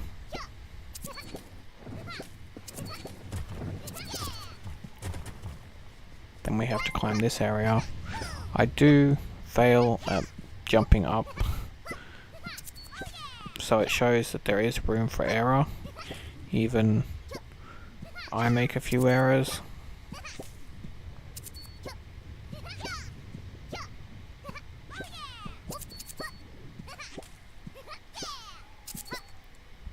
So again, we have to activate that snowball and then go back into hiding.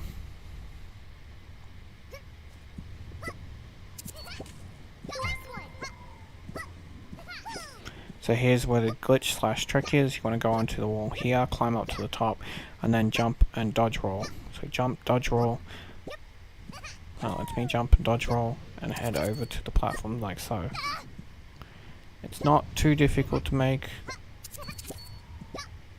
but with it you save a ton of time, making the gold much easier.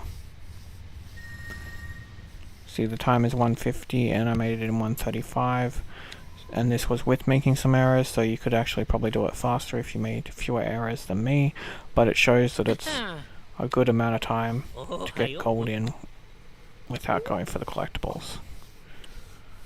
So now we're up to the colossus, which is the boss.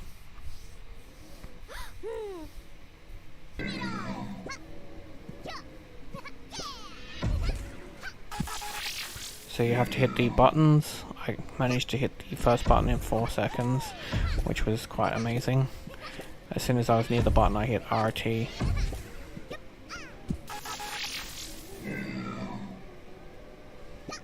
There are 4 buttons in total, and 1 collectible that we have to stop to get, which is right here.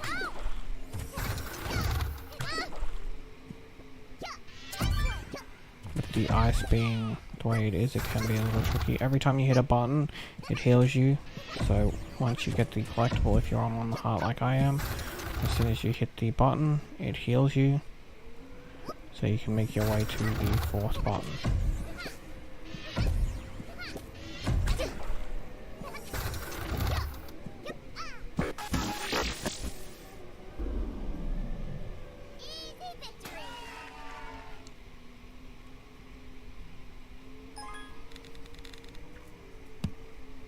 You can see 45 seconds, so it's a very generous time. But with that, the colossus is now out of commission,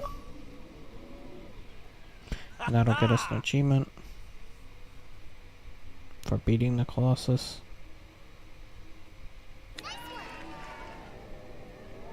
And also a new map, so we will have a new location soon, and a new race. Yay!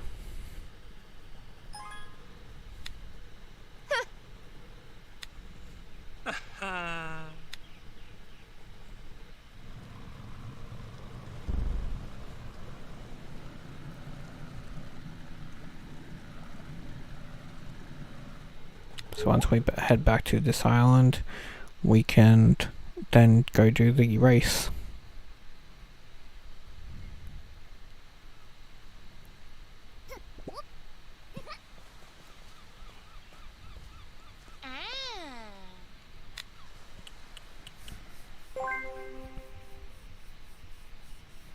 So this is that level that we did the separate runs on, and we can still use our glitch.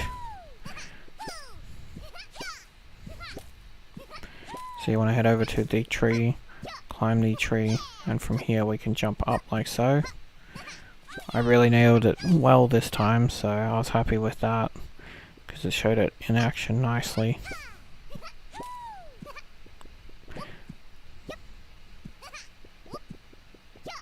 They're very quick to catch up with you, so that's why it's handy to use that glitch.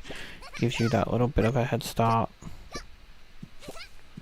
Because right here it's tricky, since the platforms don't move anymore.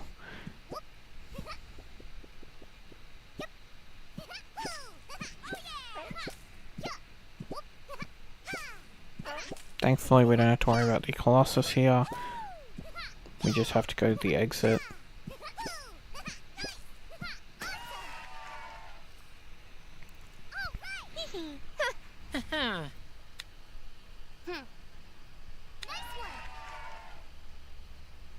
That'll get us the next map piece, or small mini map.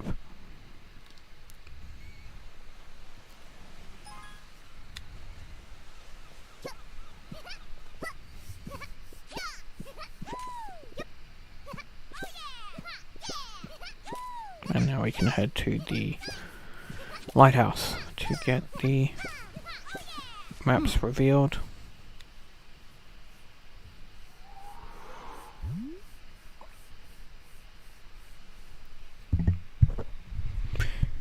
Giving us the location of the next area.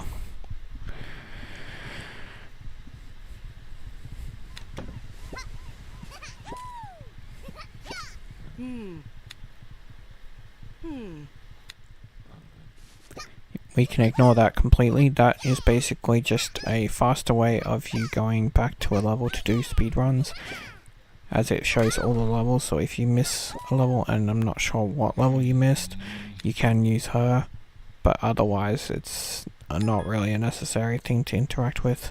So now we can unlock the last shipyard repair we need. The other one we only need for an achievement, but I rather save it for later, so the choice is yours to unlock it early. But with this we can now interact with whirlpools. What?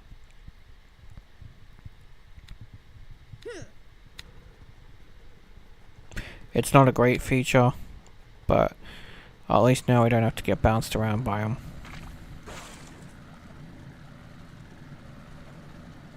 So now we can head to the next barrel, which is over here. That's our 17th barrel. And we can stop at this island, which is the crash site. Here, get going. If you're quick enough, you can destroy the barrels and still make the time to talk to the guy.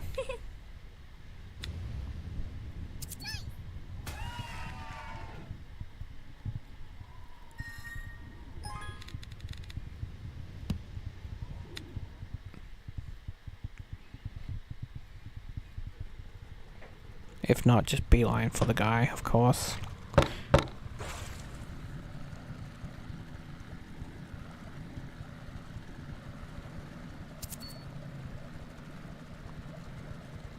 We want to head to the other island we revealed now that we did that. Because that gives us the forgotten booty at Black Volcano.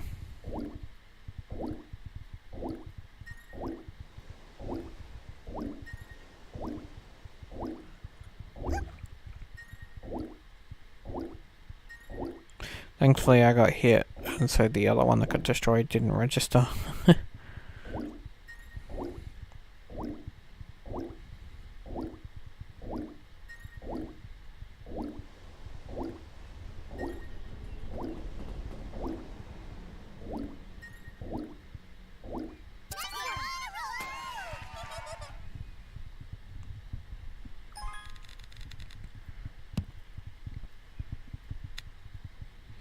Nice and easy time.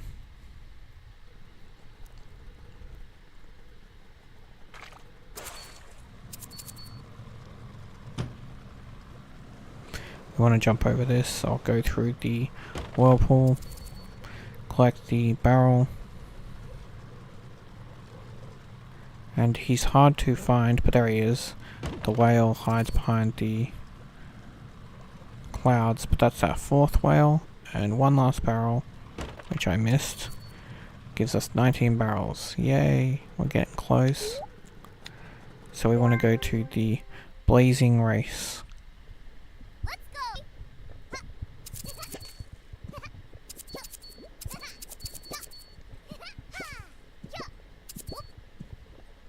If you get on this, it makes it easier to get onto the cog before it's fully descended.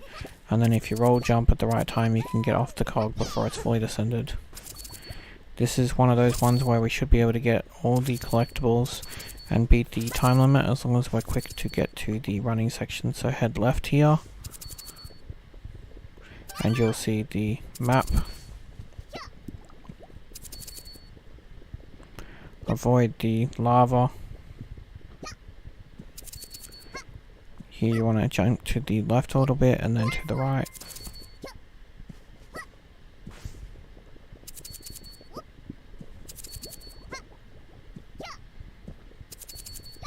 This part is a section where we fall down, so the camera angle can be a little bit iffy, but you want to head to the right. That'll get you the collectible.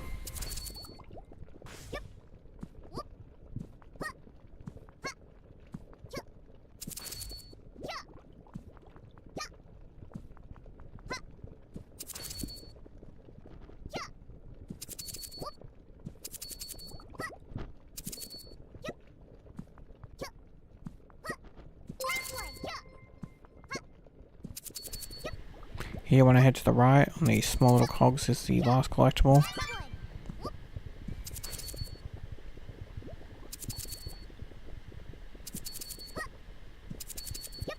Now we just have to jump to the finish.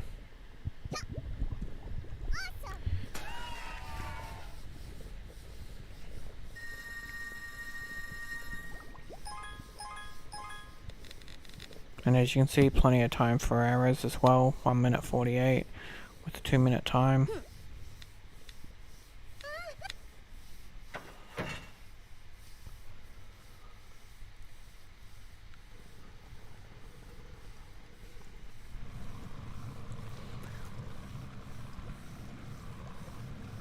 Now we're going to head to Lake of Gears. Now Lake of Gears, I really recommend getting the collectibles in a separate run because I have a nice little glitch slash trick for this level that I'm really proud of. It'll make the speed run, if you can nail it, very easy, and there is plenty of room for error.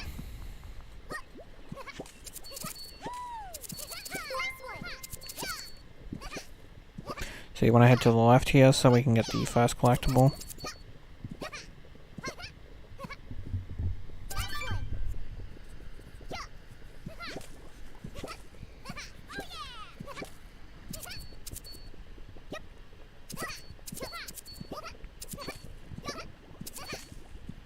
Then head to the right here so we can get the second collectible.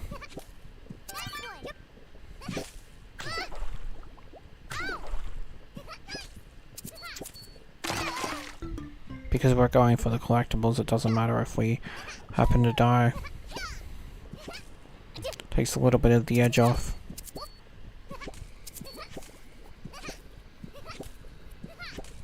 As you can see, there's a lot of clams here, so if you want to stop to collect these clams, I recommend it.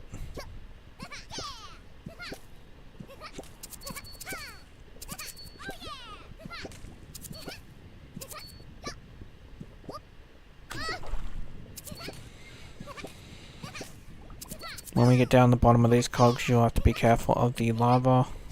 The waves can hit you and take your health, and then because of the way the cogs are, you might get knocked into the lava, doing more damage. So for the third collectible, we're supposed to head to the left, but I have a trick if we head to the right. You can't get to the tree off this, but if you get onto the bench here, you can roll jump onto the tree here. And from there we can roll jump to this thing. And from here we can roll jump to the left. And if we take the damage, we can get pushed up. And the collectible is right here. Then we can head to the right.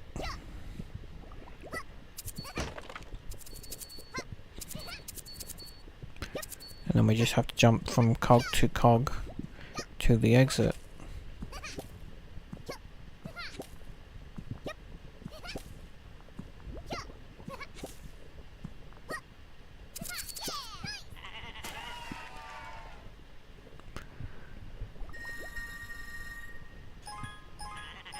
And as you can see, it's probably possible to beat it with the gold time, but with my glitch slash trick, we will be able to do this in no time. Let's get going!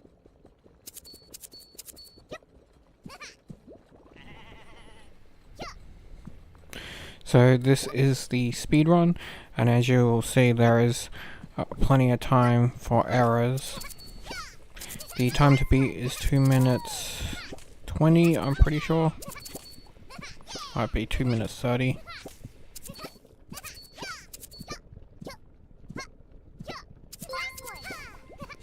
I recommend going to the other save spot, but I'm not going to. So you gotta do a roll jump here, land on the lava wall, and then make it to the end part there. It's the safe spot, and that will beat the speedrun time in 42 seconds. Possibly longer if you need more attempts, but there's plenty of room for error. That's why I love that glitch skip I found. It makes that level so much easier.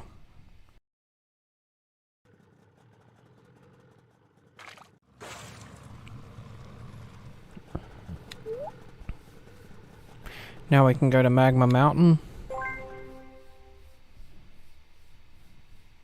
Let's go. So this one, it is possible to get the collectibles and the time. The choice is yours. I would recommend the separate, but I'm going to show you it's possible to do both. So this is the first collectible.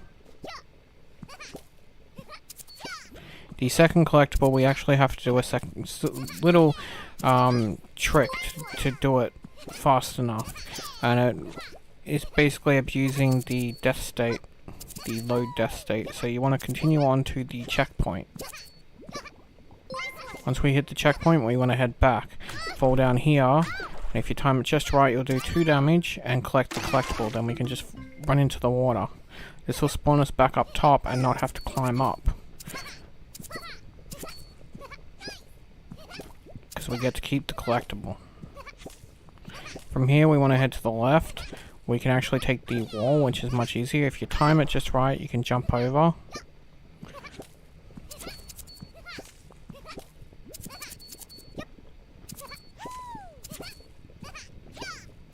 And from here we can go to the left to grab the object we need. Throw it at the first button here.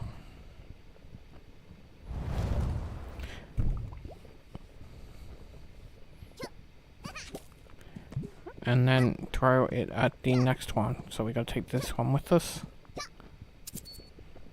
And we can throw it at this button here.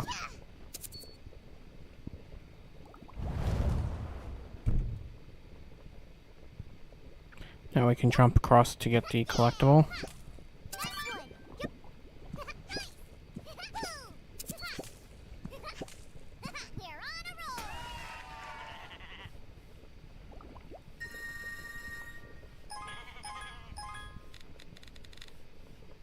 And see, it's just possible.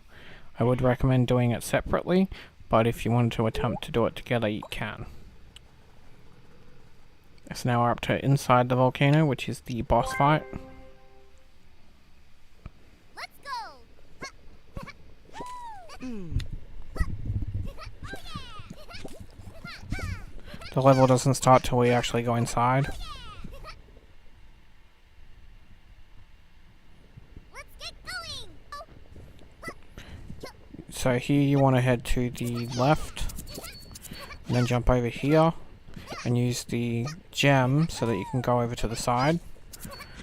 It'll save you a little bit of time.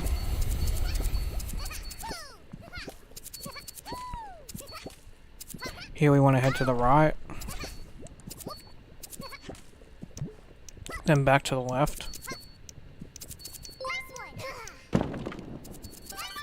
That'll get us the first collectible because we break that wall. Then we can head to the right, and we have a running section. Head to the slight right there. Left here, that gets us the second collectible. This we have to hit the button.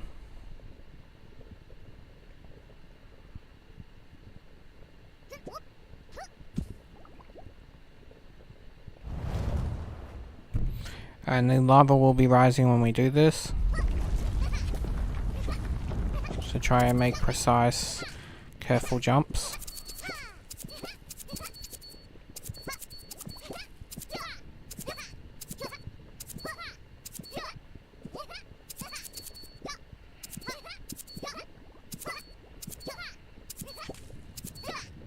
So right here we need to grab a bomb and throw it at the thing here. And then just down below us, right here, is the last collectible. You should have enough time to grab it before the lava sinks it. And then the exit is just up here.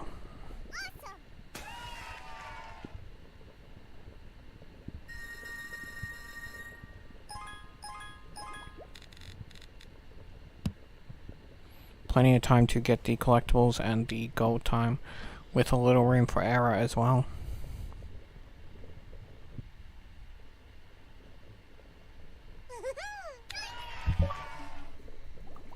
We will get an achievement for that. Nothing dangerous about this for reaching the peak of the volcano. And we will get a new map and a new race. Oh.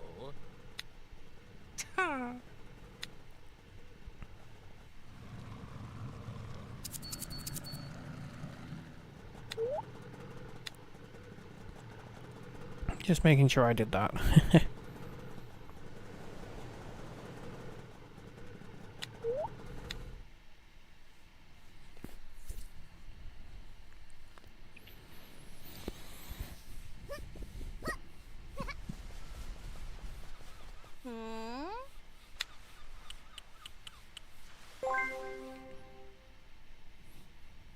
So now we can do the volcano race, which will be that level we did with the death skip for the collectible. We won't have to worry about any collectibles during the races, so it makes it much faster to just go through the level as fast as possible. They did change some things in this level, but not a lot.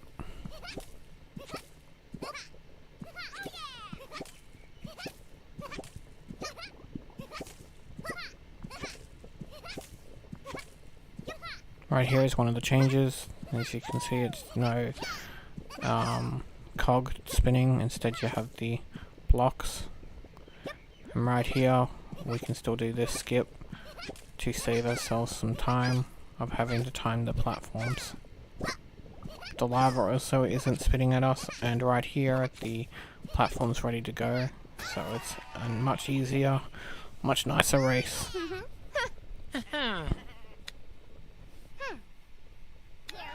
With that, we'll get another mini-map.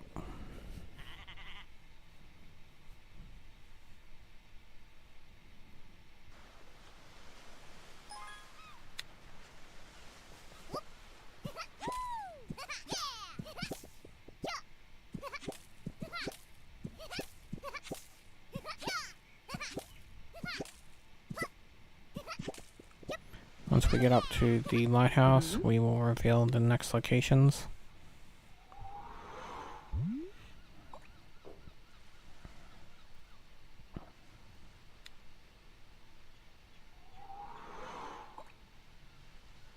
This time, thankfully, they're close to each other, so we don't have to go the other side of the map. Now we can return to the boat.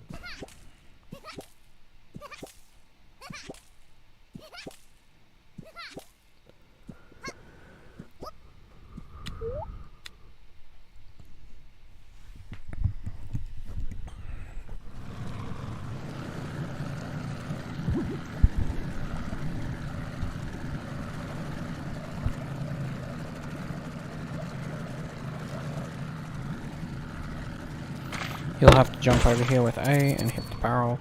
That'll give you 20 of 25, and then we can enter the isolated crater.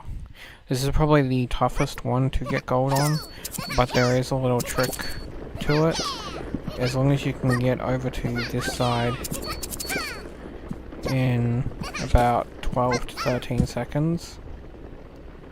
As you can see, I hit the button in 12 seconds, and then the other side within about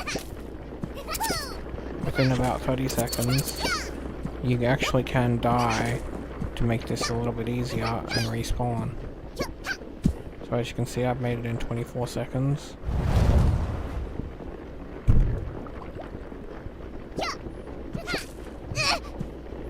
And right here I get knocked twice, and that knocks me off and kills me, but because I'm within the 30 seconds, it's actually quicker anyway to do this because you can go straight to the exit. And you got less trouble platforms to worry about.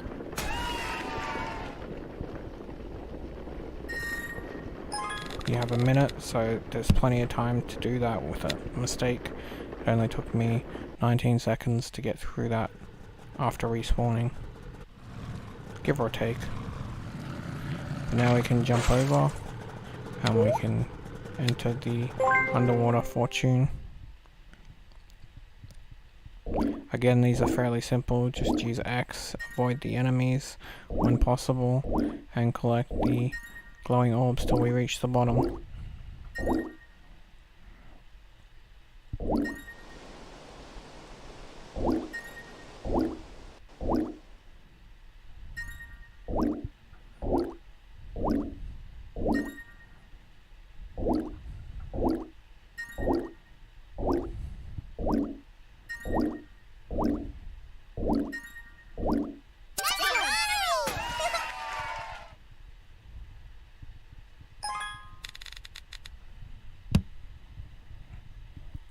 And we've beaten that gold time already. Nice and simple.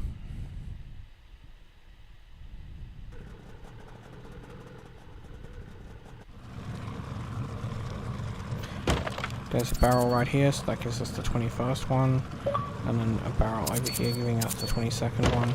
And that was the last underwater, so we've gotten all the Sunken Treasures level that we just did. So this is the abandoned station. A very easy way to do this one, and it has a lot of room for error. You want to head over to the right here. Then you want to jump to the left. You might hit the water, but that's okay. Then you jump over to the left again. And here we can jump over to the left again. Again, you might hit the water, but it's okay. And then here we want to time it so we can jump over this. And then head to the exit.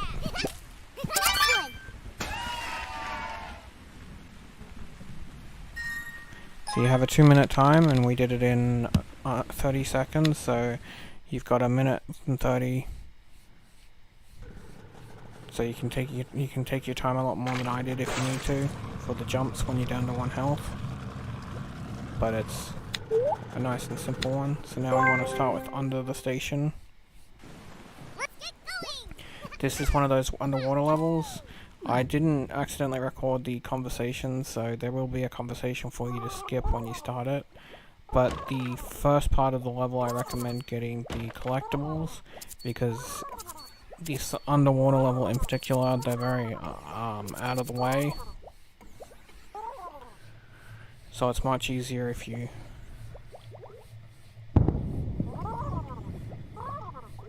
get them first, so you don't have to try and beat the time while getting them. For example, right here is one we have to go up.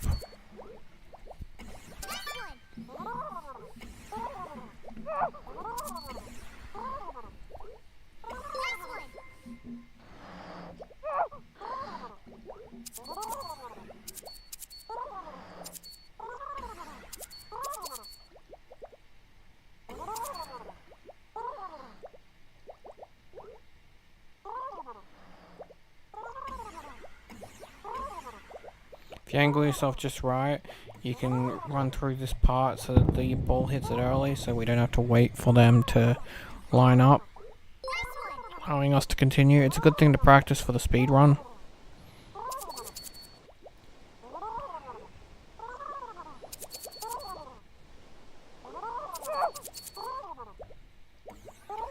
This is the same thing if you're fast enough.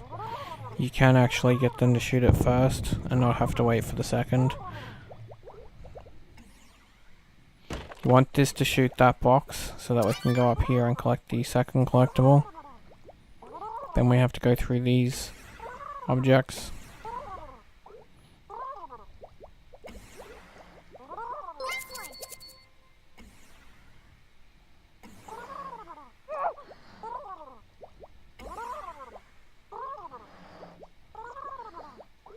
So the last collectible is on the right here, and this is why I said it's really out of the way. I just let the ball hit me because I've got the one enough health to take that one hit, and that'll let me continue through faster. But if you don't want to risk it, there is a spot you can sit that makes it so that you won't take the damage.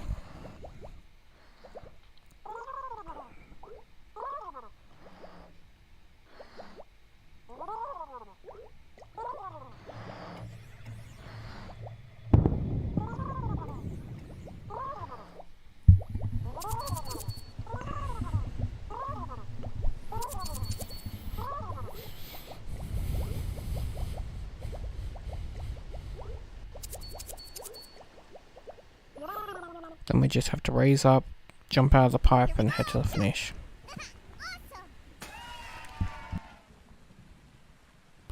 As you can see, it might be possible to get the collectibles and the speed limit, but I didn't think it was worth the trouble. It's much easier to just go for the speed run separately because it literally cuts off a whole section for one of the collectibles where you have to go in the opposite direction and come back.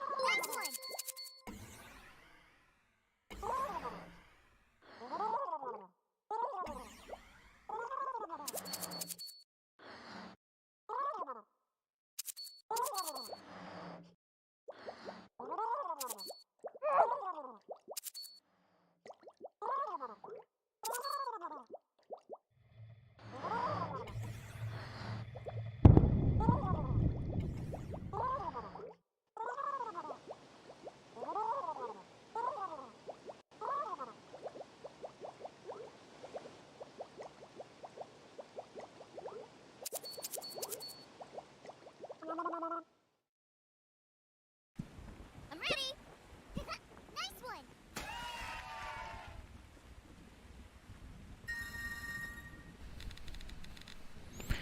And as you can see, 205, so plenty of room for error as well, thanks to not having to worry about the collectibles.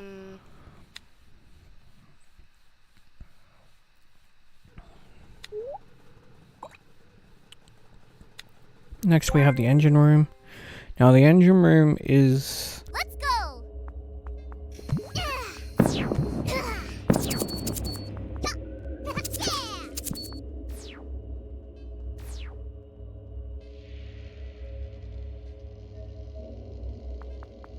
one.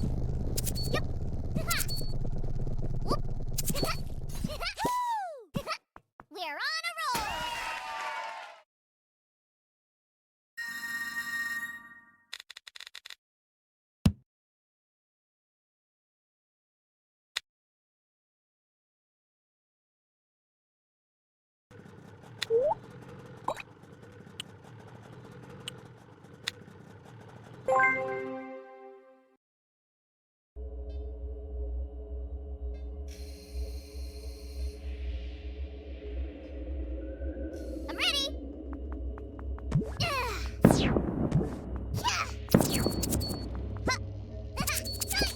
Nice one.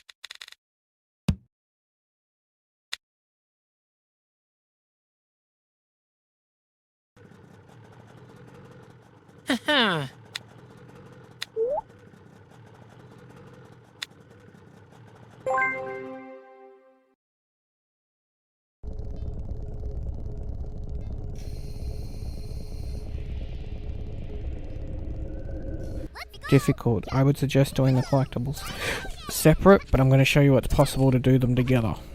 So you want to head behind to get the first one, and then onto this thing here. You can then skip that whole entire laser section, and you want to head to this pipe to collect this one, and then time your jumps to rolls so you go under or over the lasers when needed.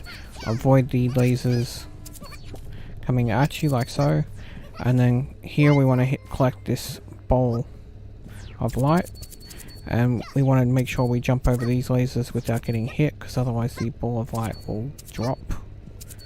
And when we get to the end here, we've got to time it so that we can jump to the right here, and if done right you'll land it, and that skips the rest of the section. So with the ball of light, be careful not to just throw it like so, because it's very temperamental. I find it easier to jump and throw. Then you can collect the third collectible, and then we can race up to the top area. If you get lucky, the thing will have spit out the fire and we can just sit right in front of it. Don't sit too close, otherwise you could get hit. And then we'll have some lasers to deal with here. If you got the health to spare like I do, it's fine if it hits you. But then we can race to the exit.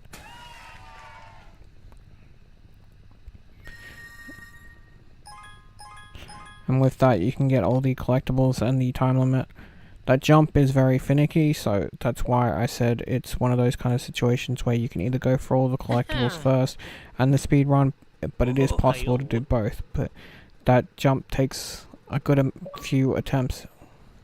But we've now collected all the collectibles, so we're getting the collectible achievements. There's only one collectible we haven't finished yet, but we're up to the observation platform, which is the boss fight. I have a very good method for the boss fight that should hopefully help you win it in no trouble. Huh? Bring it on!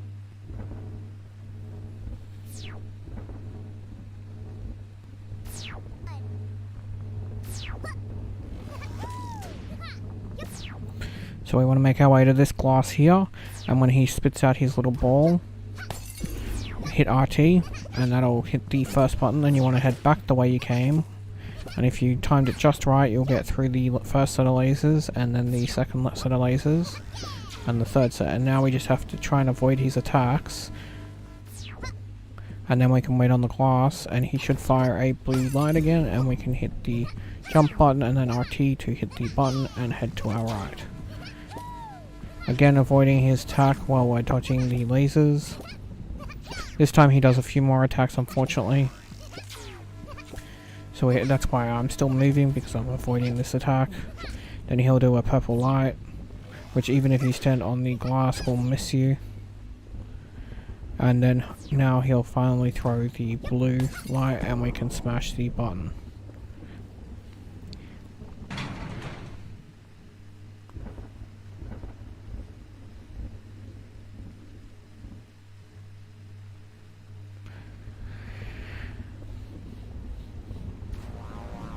He will come back now with a vengeance. So you want to time your rolls and jumps, because we want to get through these laser sections without being hurt too much.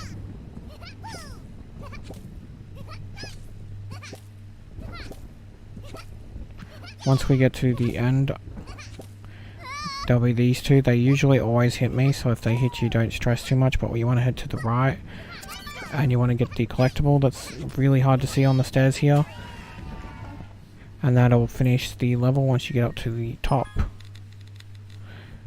And if everything goes to plan, you should get it pretty quickly, and there's plenty of room for error, and that finishes this boss.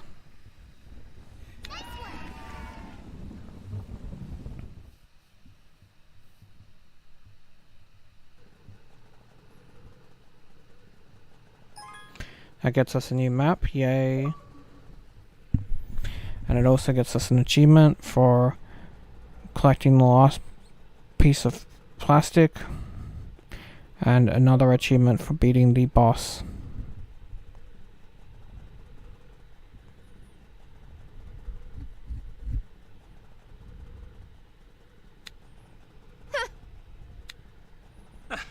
We also get a new race to do, which won't be too difficult.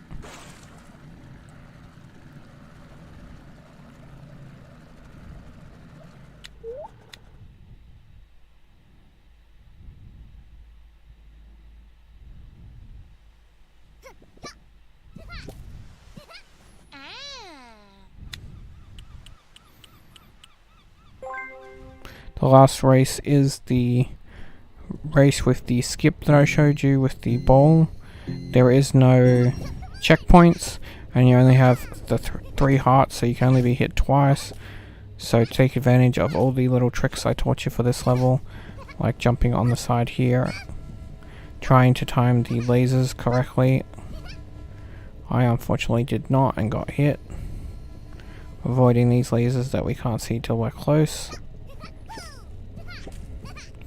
Here we want to jump over the things again. We're going to be using the same skip, but it's going to be much easier because we don't have the ball with us this time. So you want to make a roll and then jump to the side like so. And this time you'll have a thing we have to jump over instead of the shooting stuff. And again, we have to avoid the laser.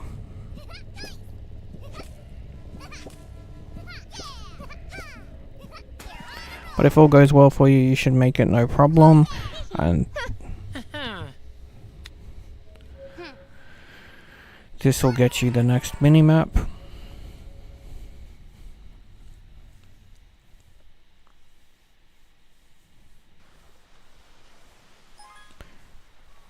And it will also get you the achievement for beating all the pirate apprentice races.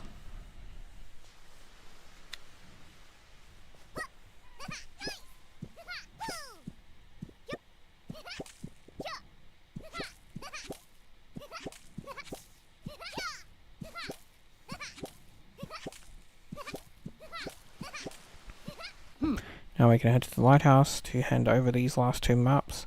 This will also get us another achievement for using all the maps.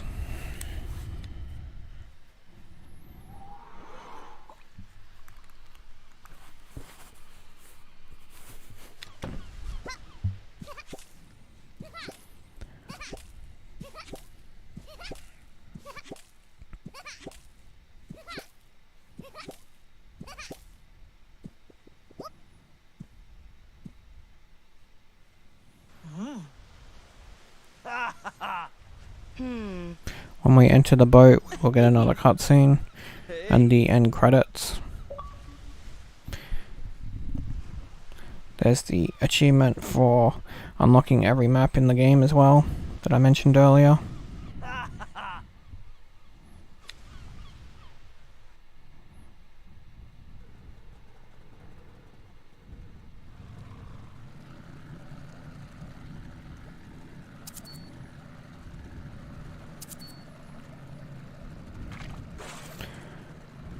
Now we can head to this island, but before we do, we can get our 23rd barrel.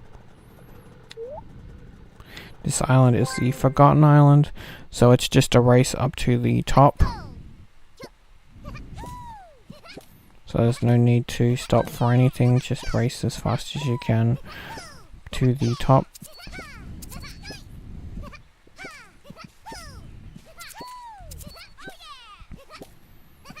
And then we can talk to the person here. Nice one.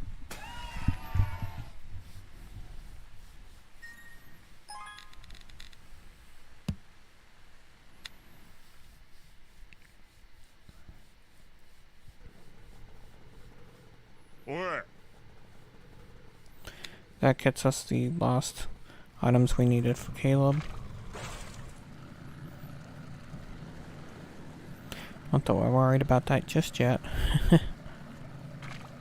So now we want to finish off a couple of collectibles. So the first thing we want to do is hit the whale. That'll be the 5th whale. Then break this barrel. That'll be the 24th. And then this barrel here, and that's the 25th.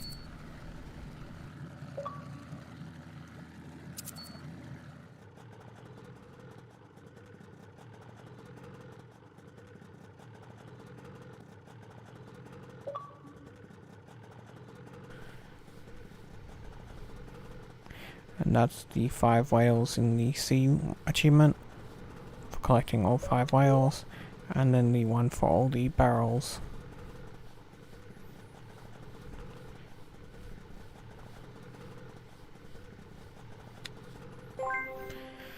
Now we can do Grant Loom's Lair, which is the hardest time trial, so just be prepared for that. I have a couple of glitches, tricks, and skips to make it a little bit easier, but nothing for the end section, which is just down to more or less your skill. So right here, we want to roll jump over to here, and then this here, and jump to this rock over here. Then on this pot plant, roll jump, get hit by the water, sometimes once or twice. Then we roll jump to the next one, and roll jump up here so that we can get higher. And then from there we roll jump to the boat. This will get us there in 30 seconds. Now I normally do this a bit faster, but that's okay. You gotta roll jump towards the tooth part of the boat, like the top part. And then we can keep roll jumping on the wall here. until we jump over. This will get us through this section more or less in a minute. And then with this section, if you get lucky like I did, I recommend just taking the damage like so, because we got to the end in less than 10 seconds. Here you want to jump to the right and then the left. It's okay if you take damage, because there is a boss fight after this part, and it will heal you before the boss. Won't leave you on 1 HP, thankfully. So the boss has a few tricks to help make it easier. If you go to the edge of the level, they're less likely to do damage. We have to grab the bombs and throw the bombs at them. There's 3 phases, and if you die any phase, you start at phase 1 again. So do not die. You have to pretty much get the boss perfectly, which is, yes, annoying, because they get more tentacles and they spit. The boss can destroy, which is really annoying, the bombs, as you can see here. It just got dropped on me and they'd already destroyed it.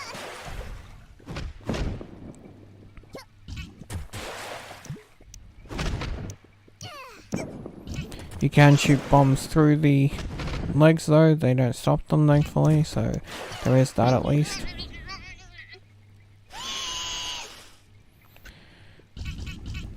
Here he will fire a series of bullets that you need to dodge, and then he'll raise his arms. Like I said, being towards the bottom means you have more chance of not being damaged, so I do recommend that.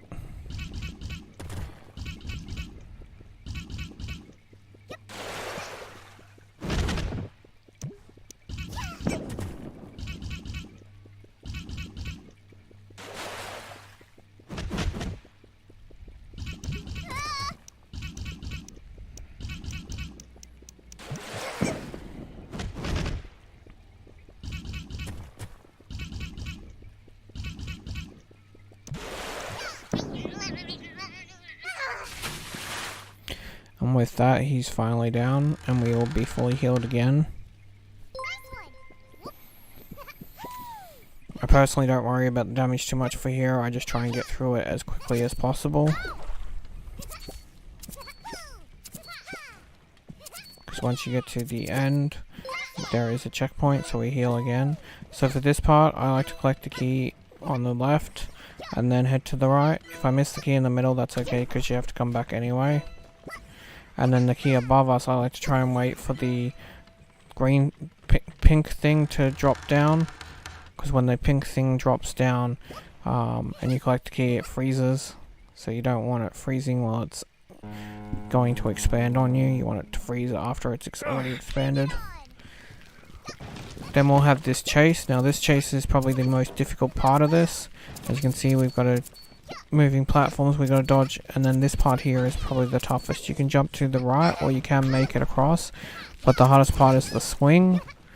As you can see, I struggled myself, and then they make you change direction, which is really annoying. I really hated that they did this.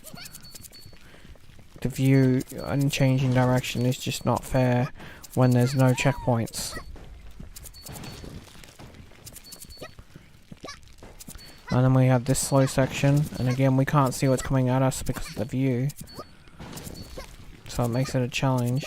But once the view finally changes again, we're at the first checkpoint, so this is where you really want to make it, because at least if you fail, you haven't got as far to go next time.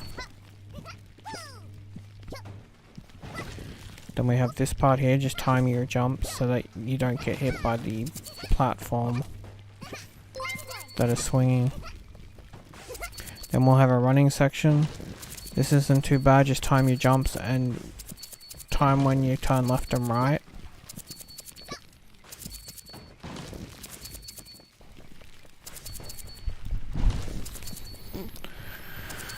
And as you can see, I made it in just under 5 minutes. You have a time of 6 minutes 30 to beat, so there's plenty of leeway. And I made a few mistakes myself, so it shows that you can make a few mistakes yourself on top of my mistakes, and you'd still probably have it.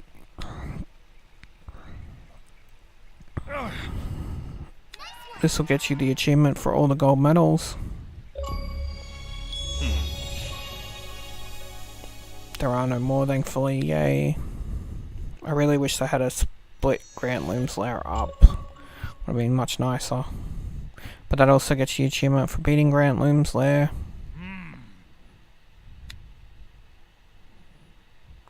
And then they have a celebration and we get to see the credits. Now I'm not sure if you have to talk to the people I talk to. You might be able to just go to the lighthouse, but I talk to them just in case. It's not hard to skip the conversation.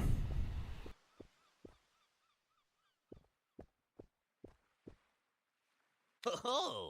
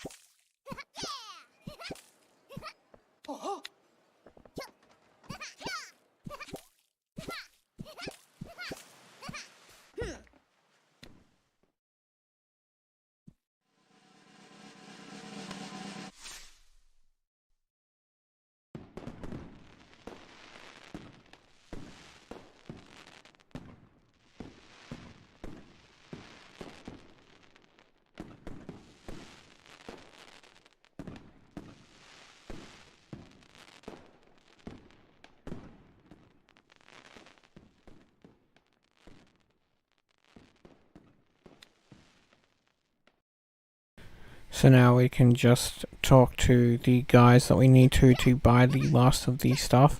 You need 3,200 to buy everything. If you've bought all the Caleb upgrades I have, I was short by 50 clams, so I do cut out going and getting 50 clams. If you're short 50 clams, I would suggest playing one of the easier levels that you just need to go and talk to the guy, because then you can take your time to collect all the clams and talk to them without any stress. This will get you the achievement for buying a backpack, and then the achievement for buying all the backpacks at NoHo store, along with when we bought the last upgrade for the boat, we got the all upgrades for the boat achievement. Then we have to go up to the top here, and we can talk to this person and buy all the outfits. This will get us an achievement for buying an outfit, and then the achievement for buying them all once we bought them all. I'm going to save one outfit for last because I want to wear that outfit, which I think is the nicest one. This one, Taka.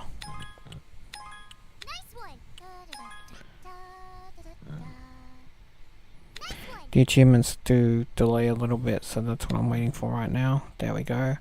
The one for buying all the outfits. Then we can go down here and we can buy all the shop items.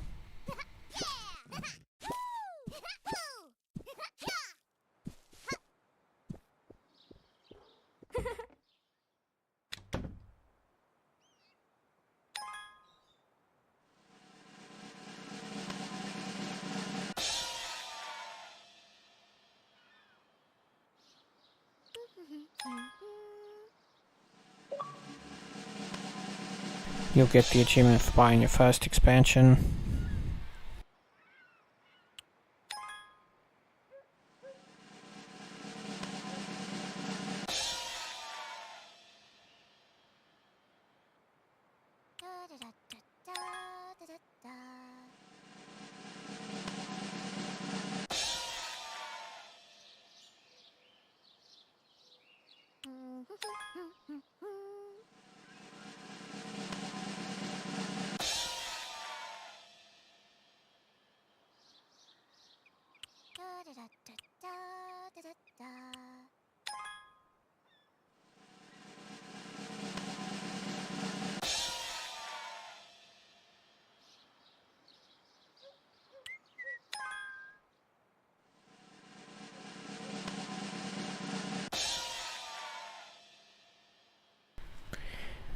And then one for buying your last expansion. Because that's buying all of them.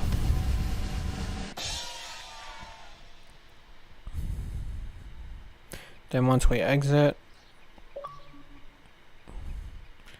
everything as it was, buy all the expansions. And once we exit,